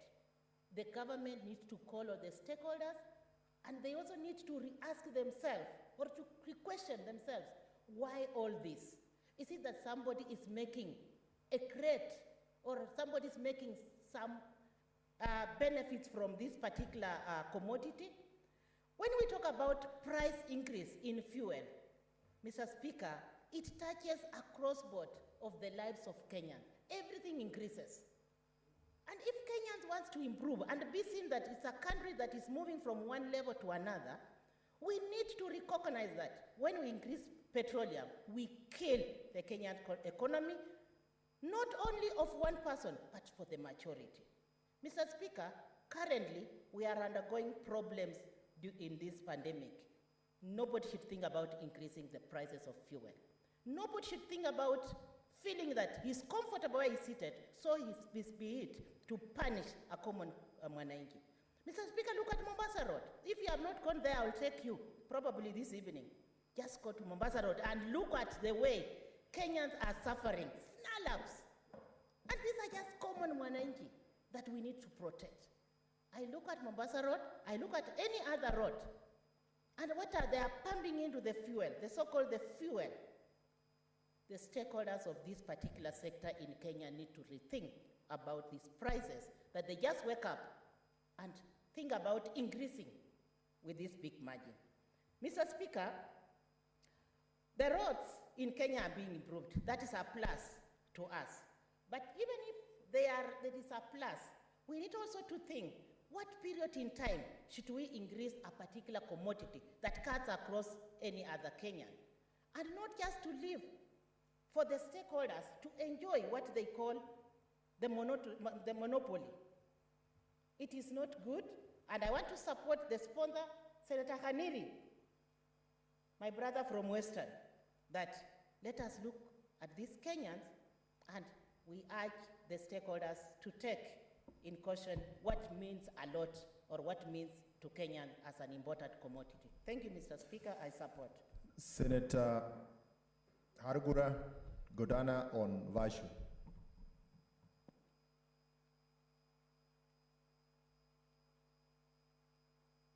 I'd like to support the statement by Senator Haniri. Mr. Speaker, as you know, other than having the roads, the most important thing is having the vehicles to move on those roads, and vehicles run on fuel, which the cost of fuel has been rising, is not even commensurate with even the prices of crude oil has risen. We have been having cases where the price of crude oil rises from the point of production, and the next day you hear price of fuel has increased in Kenya.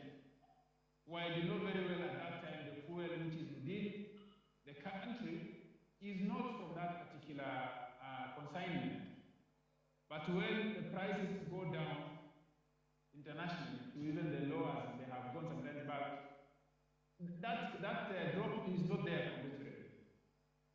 Recently, when there was a hue and cry as to the increase in cost of fuel, there was a breakdown of that fuel cost, and we realized most of it is actually taxes by the Kenyan government, not even the cost of fuel as it comes in.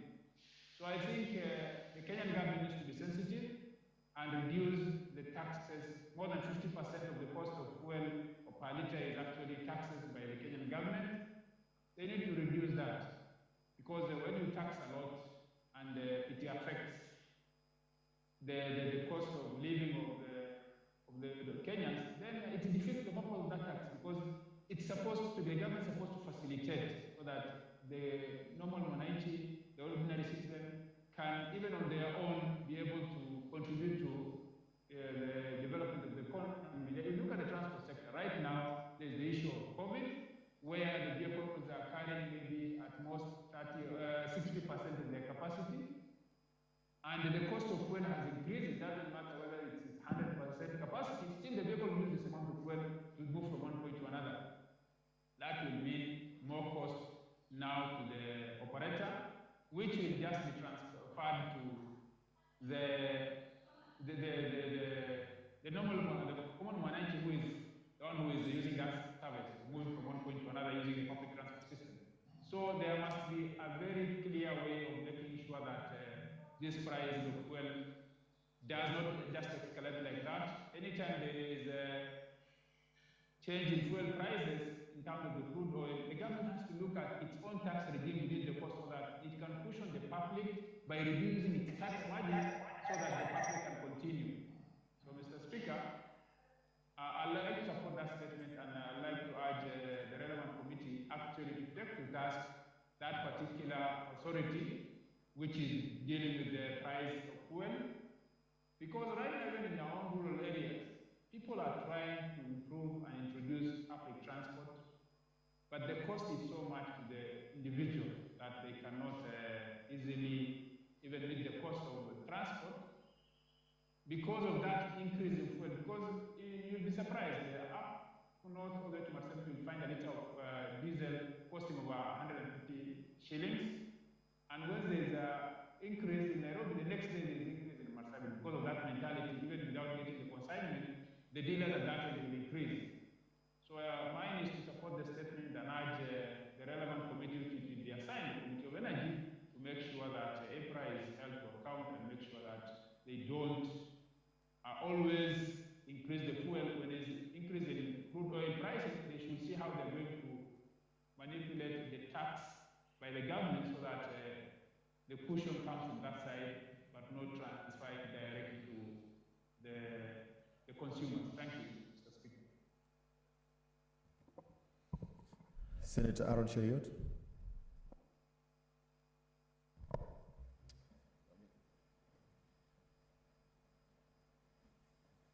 Thank you, Mr. Speaker. Mr. Speaker, I also want to join the rest of my colleagues in supporting this statement from our colleague, Senator George Haniri, and speak on behalf of citizens of this republic who continue to suffer in the misadventure of this current administration that strangely believes that you can tax your way into prosperity.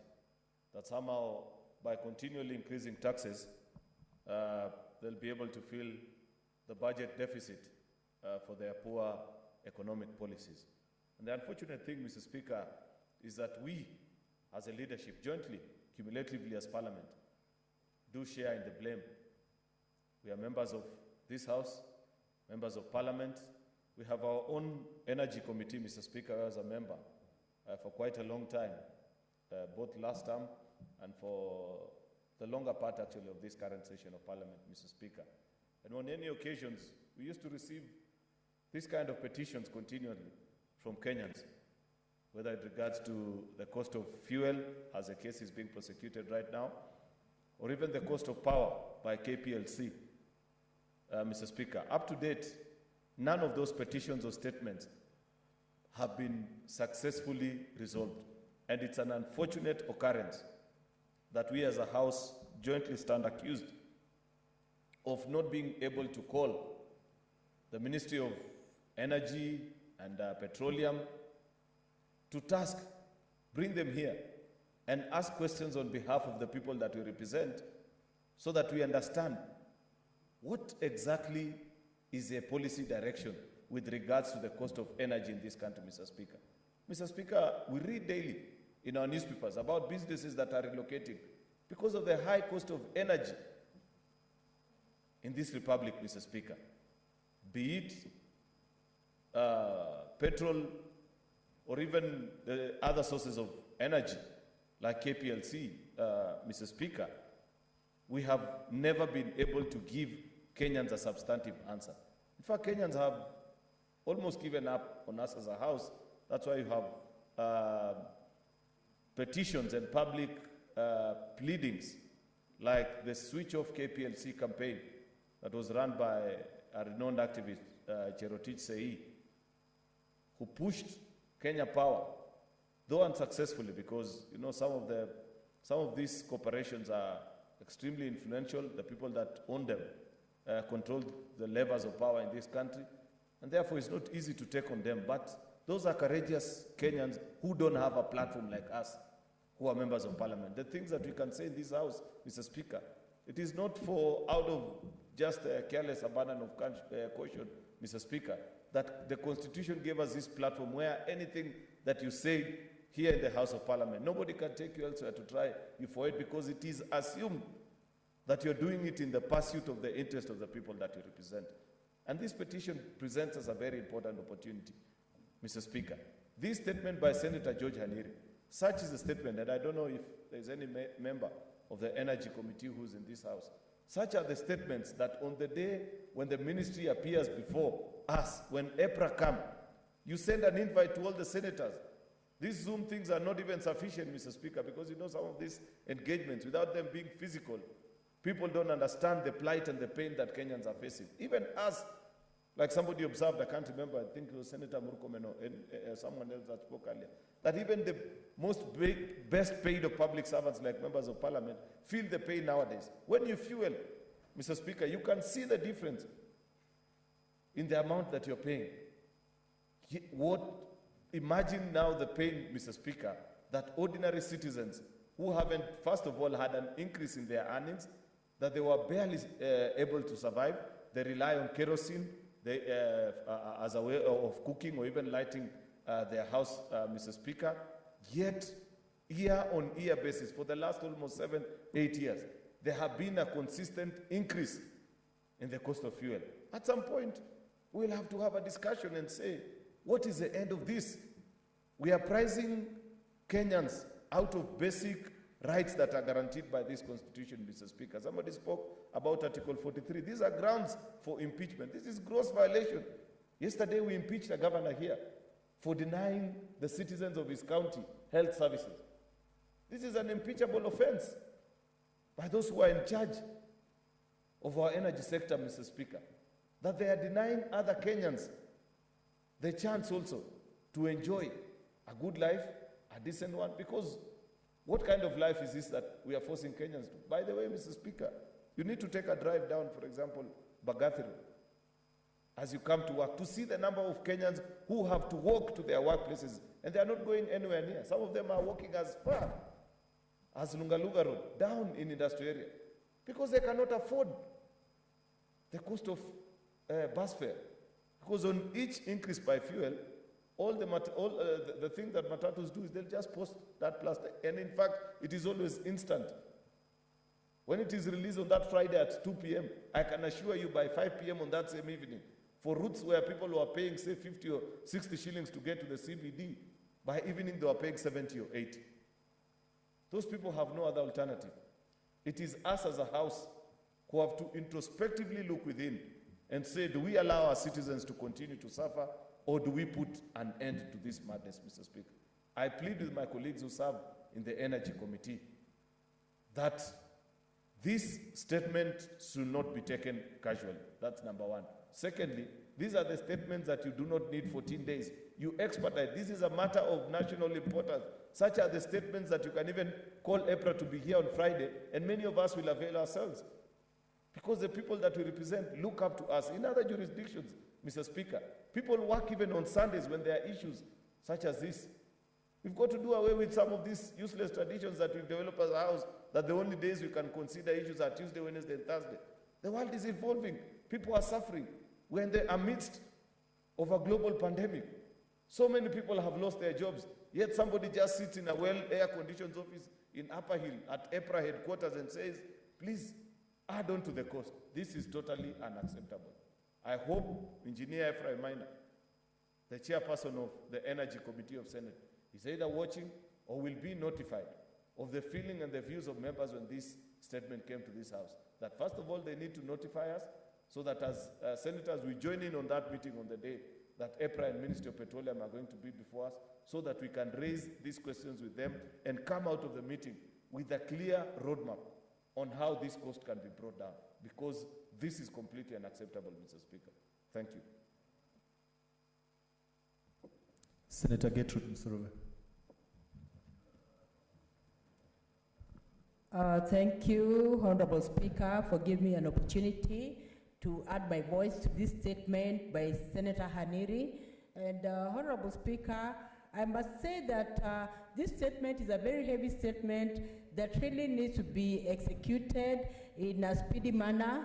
Honorable Speaker, when you look at fuel has economic benefits, it has even social benefits, and it also has domestic benefits. When you look at the domestic benefits, Honorable Speaker, many families, especially I'm talking about the common mwananchi, uses fuel.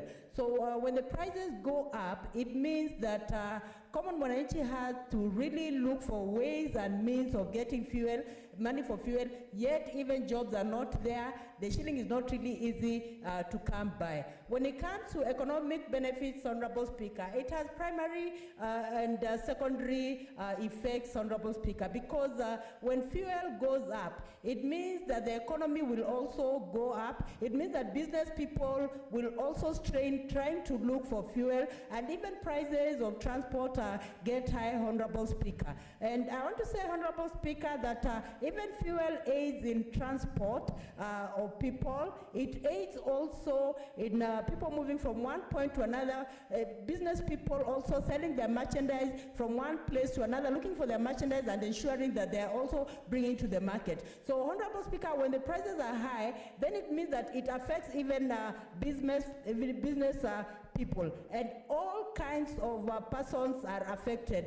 Both high and mighty are affected in this. And Honorable Speaker, even the increase of fuel also flouts the economy of scale and deviates from it highly, because the economy of scale intends that when the demand is high, then the production of goods are in high demand, meaning that the prices are supposed to be low. But it is ironical, Honorable Speaker, that fuel is in high demand, and when it comes to production, it's voluminous, but then the prices are high. So this irony needs to be ironed out with a Committee of Energy, which needs to really interrogate this issue of fuel for the purpose of ensuring that common man is alleviated from the burden of having to look for money for fuel. Honorable Speaker, I want to just say on the floor of this House, when you're driving from here to Eldoret, just one trip alone, you use even more than 50,000, even before going to the grounds and all that,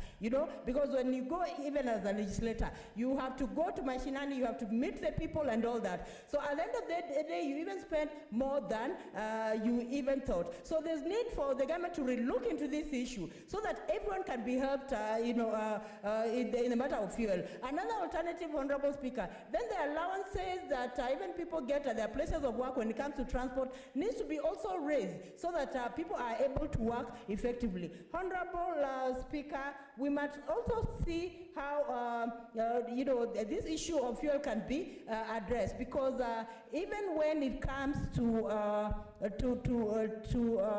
electricity, yes, people use electricity, but there are cases when electricity is not there in the house. What comes in to supplement is to subsidize is the generator, and the generator is usually fuel powered. And since it is fuel powered, by the way, the generator consumes a lot of fuel. So there's need for the committee to ensure that something is done to ensure that the prices of fuel come down.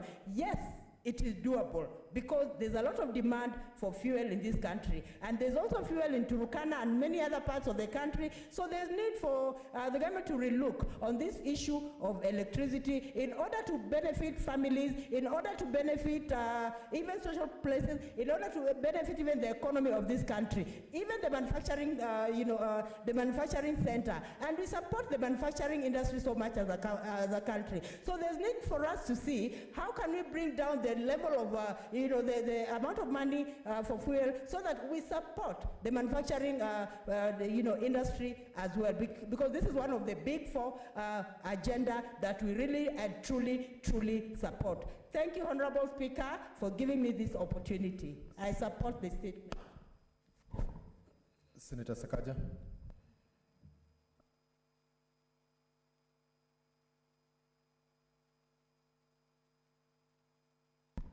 Mr. Speaker, Senator Kaniri continues to distinguish himself as a senator who clearly and consistently brings issues that are affecting not just the people of Vihiga, but the people of Kenya. So I'd like to thank Senator Kaniri, my distinguished elder brother, for doing this. Mr. Speaker, I don't know what words can be used really to express the situation that many Kenyans are going through. Things are tough. Mr. Speaker, we need to move beyond just commiserating with them, because I like the example that Senator Aaron has used of people in my county. Mr. Speaker, many people in Ivory Towers think that these people are walking all these distances for fitness, yeah? Or they're walking because they want to exercise. You're going to Babadogo, and not all of them stay around there. You're going to the industries there, or to Lunga Lunga, or to Road C. You live in Kibra, or you live in Kawangware. Mr. Speaker, you're going to earn 300 shillings. The matatu is 100 shillings to town, and then another one. If you choose to go by public transport, which is a whole other issue we need to address, because there's nothing public about our transport. The only thing public is the road and the people. It's really private. But if you choose to use public transport, Mr. Speaker, you will not get food for your children. It's a choice between food or transport. Mr. Speaker, when 48% of this charge is foreign exchange adjustments and fuel surcharges, the tax component brings it up to around 60%, then there's need for a solution. It means we're not listening to where the people are. Mr. Speaker, it's not just the commuters. All aspects of our economy are affected. Mr. Speaker, in the Rift, in the North Rift, plowing costs have gone up 30% because the owners of tractors are charging now 3,000 because of the increase in fuel, meaning the increase in food, the farmer will then pass that on to the ordinary person. For us to truly address cost of living, we must be innovative in that pricing formula. Mr. Speaker, the pricing formula, which has a component, and yes, the government must earn its taxes, but it costs us nothing to say that when it goes beyond, because now fuel is 127, Mr. Speaker, kerosene is now at around, I think 97 shillings, 98 shillings, Mr. Speaker, which is what many people are using in their households. There was a plan to bring Mwananchi gas and something by government, it got into tender wars. But Mr. Speaker, we can say that, yes, use the pricing model, but if it goes above 100 shillings, that extra then is cushioned by the temporary adjustment of that tax or by that fund that was created for that specific purpose. Mr. Speaker, that is a one-line amendment. The same way we did here, Y is A plus B on the formula, we can do that and save Kenyans, Mr. Speaker. All of these people who are hustling or looking for a living, they are just trying to eke out a living. The normal Mwananchi today feels that everything around them is set up for their failure. That's why they won't understand all these other big issues, big projects we're trying to do. They won't understand the expressway that we're trying to do in Nairobi, which will actually help in future, but it doesn't make sense because there's nothing that is left in their pocket at the end of the day. Do you know, Mr. Speaker, many times we'd say, oh, when it goes up by 2 shillings, we may not feel it. But Mr. Speaker, even me, I've noticed that when I fuel my vehicle, there is an actual pinch now that you can notice the difference. Before, we would not necessarily notice. So what about that common Mwananchi, Mr. Speaker? So I'd like to ask you, Mr. Speaker, to exercise your discretion. When you sit on that chair, you have a lot of power.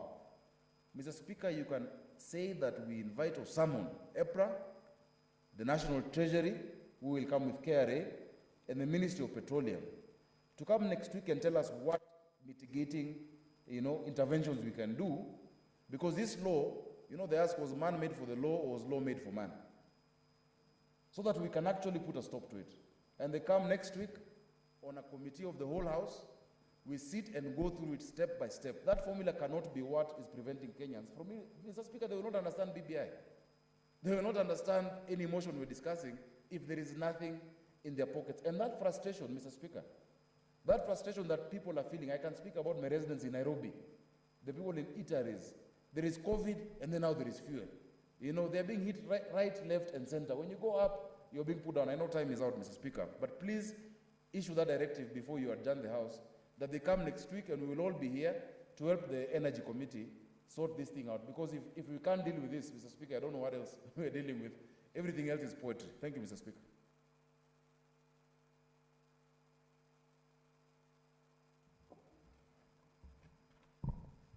Honorable Senators, I therefore refer the statement pursuant to Standing Order 47.1 and subject to 47.3 to the relevant committee. That's the relevant committee is Committee on Energy.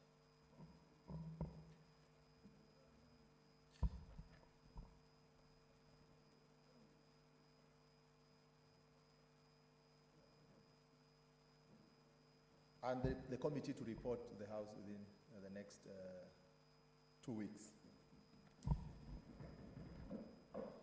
Honorable Senators, it's now 12:30 p.m., time to adjourn the House.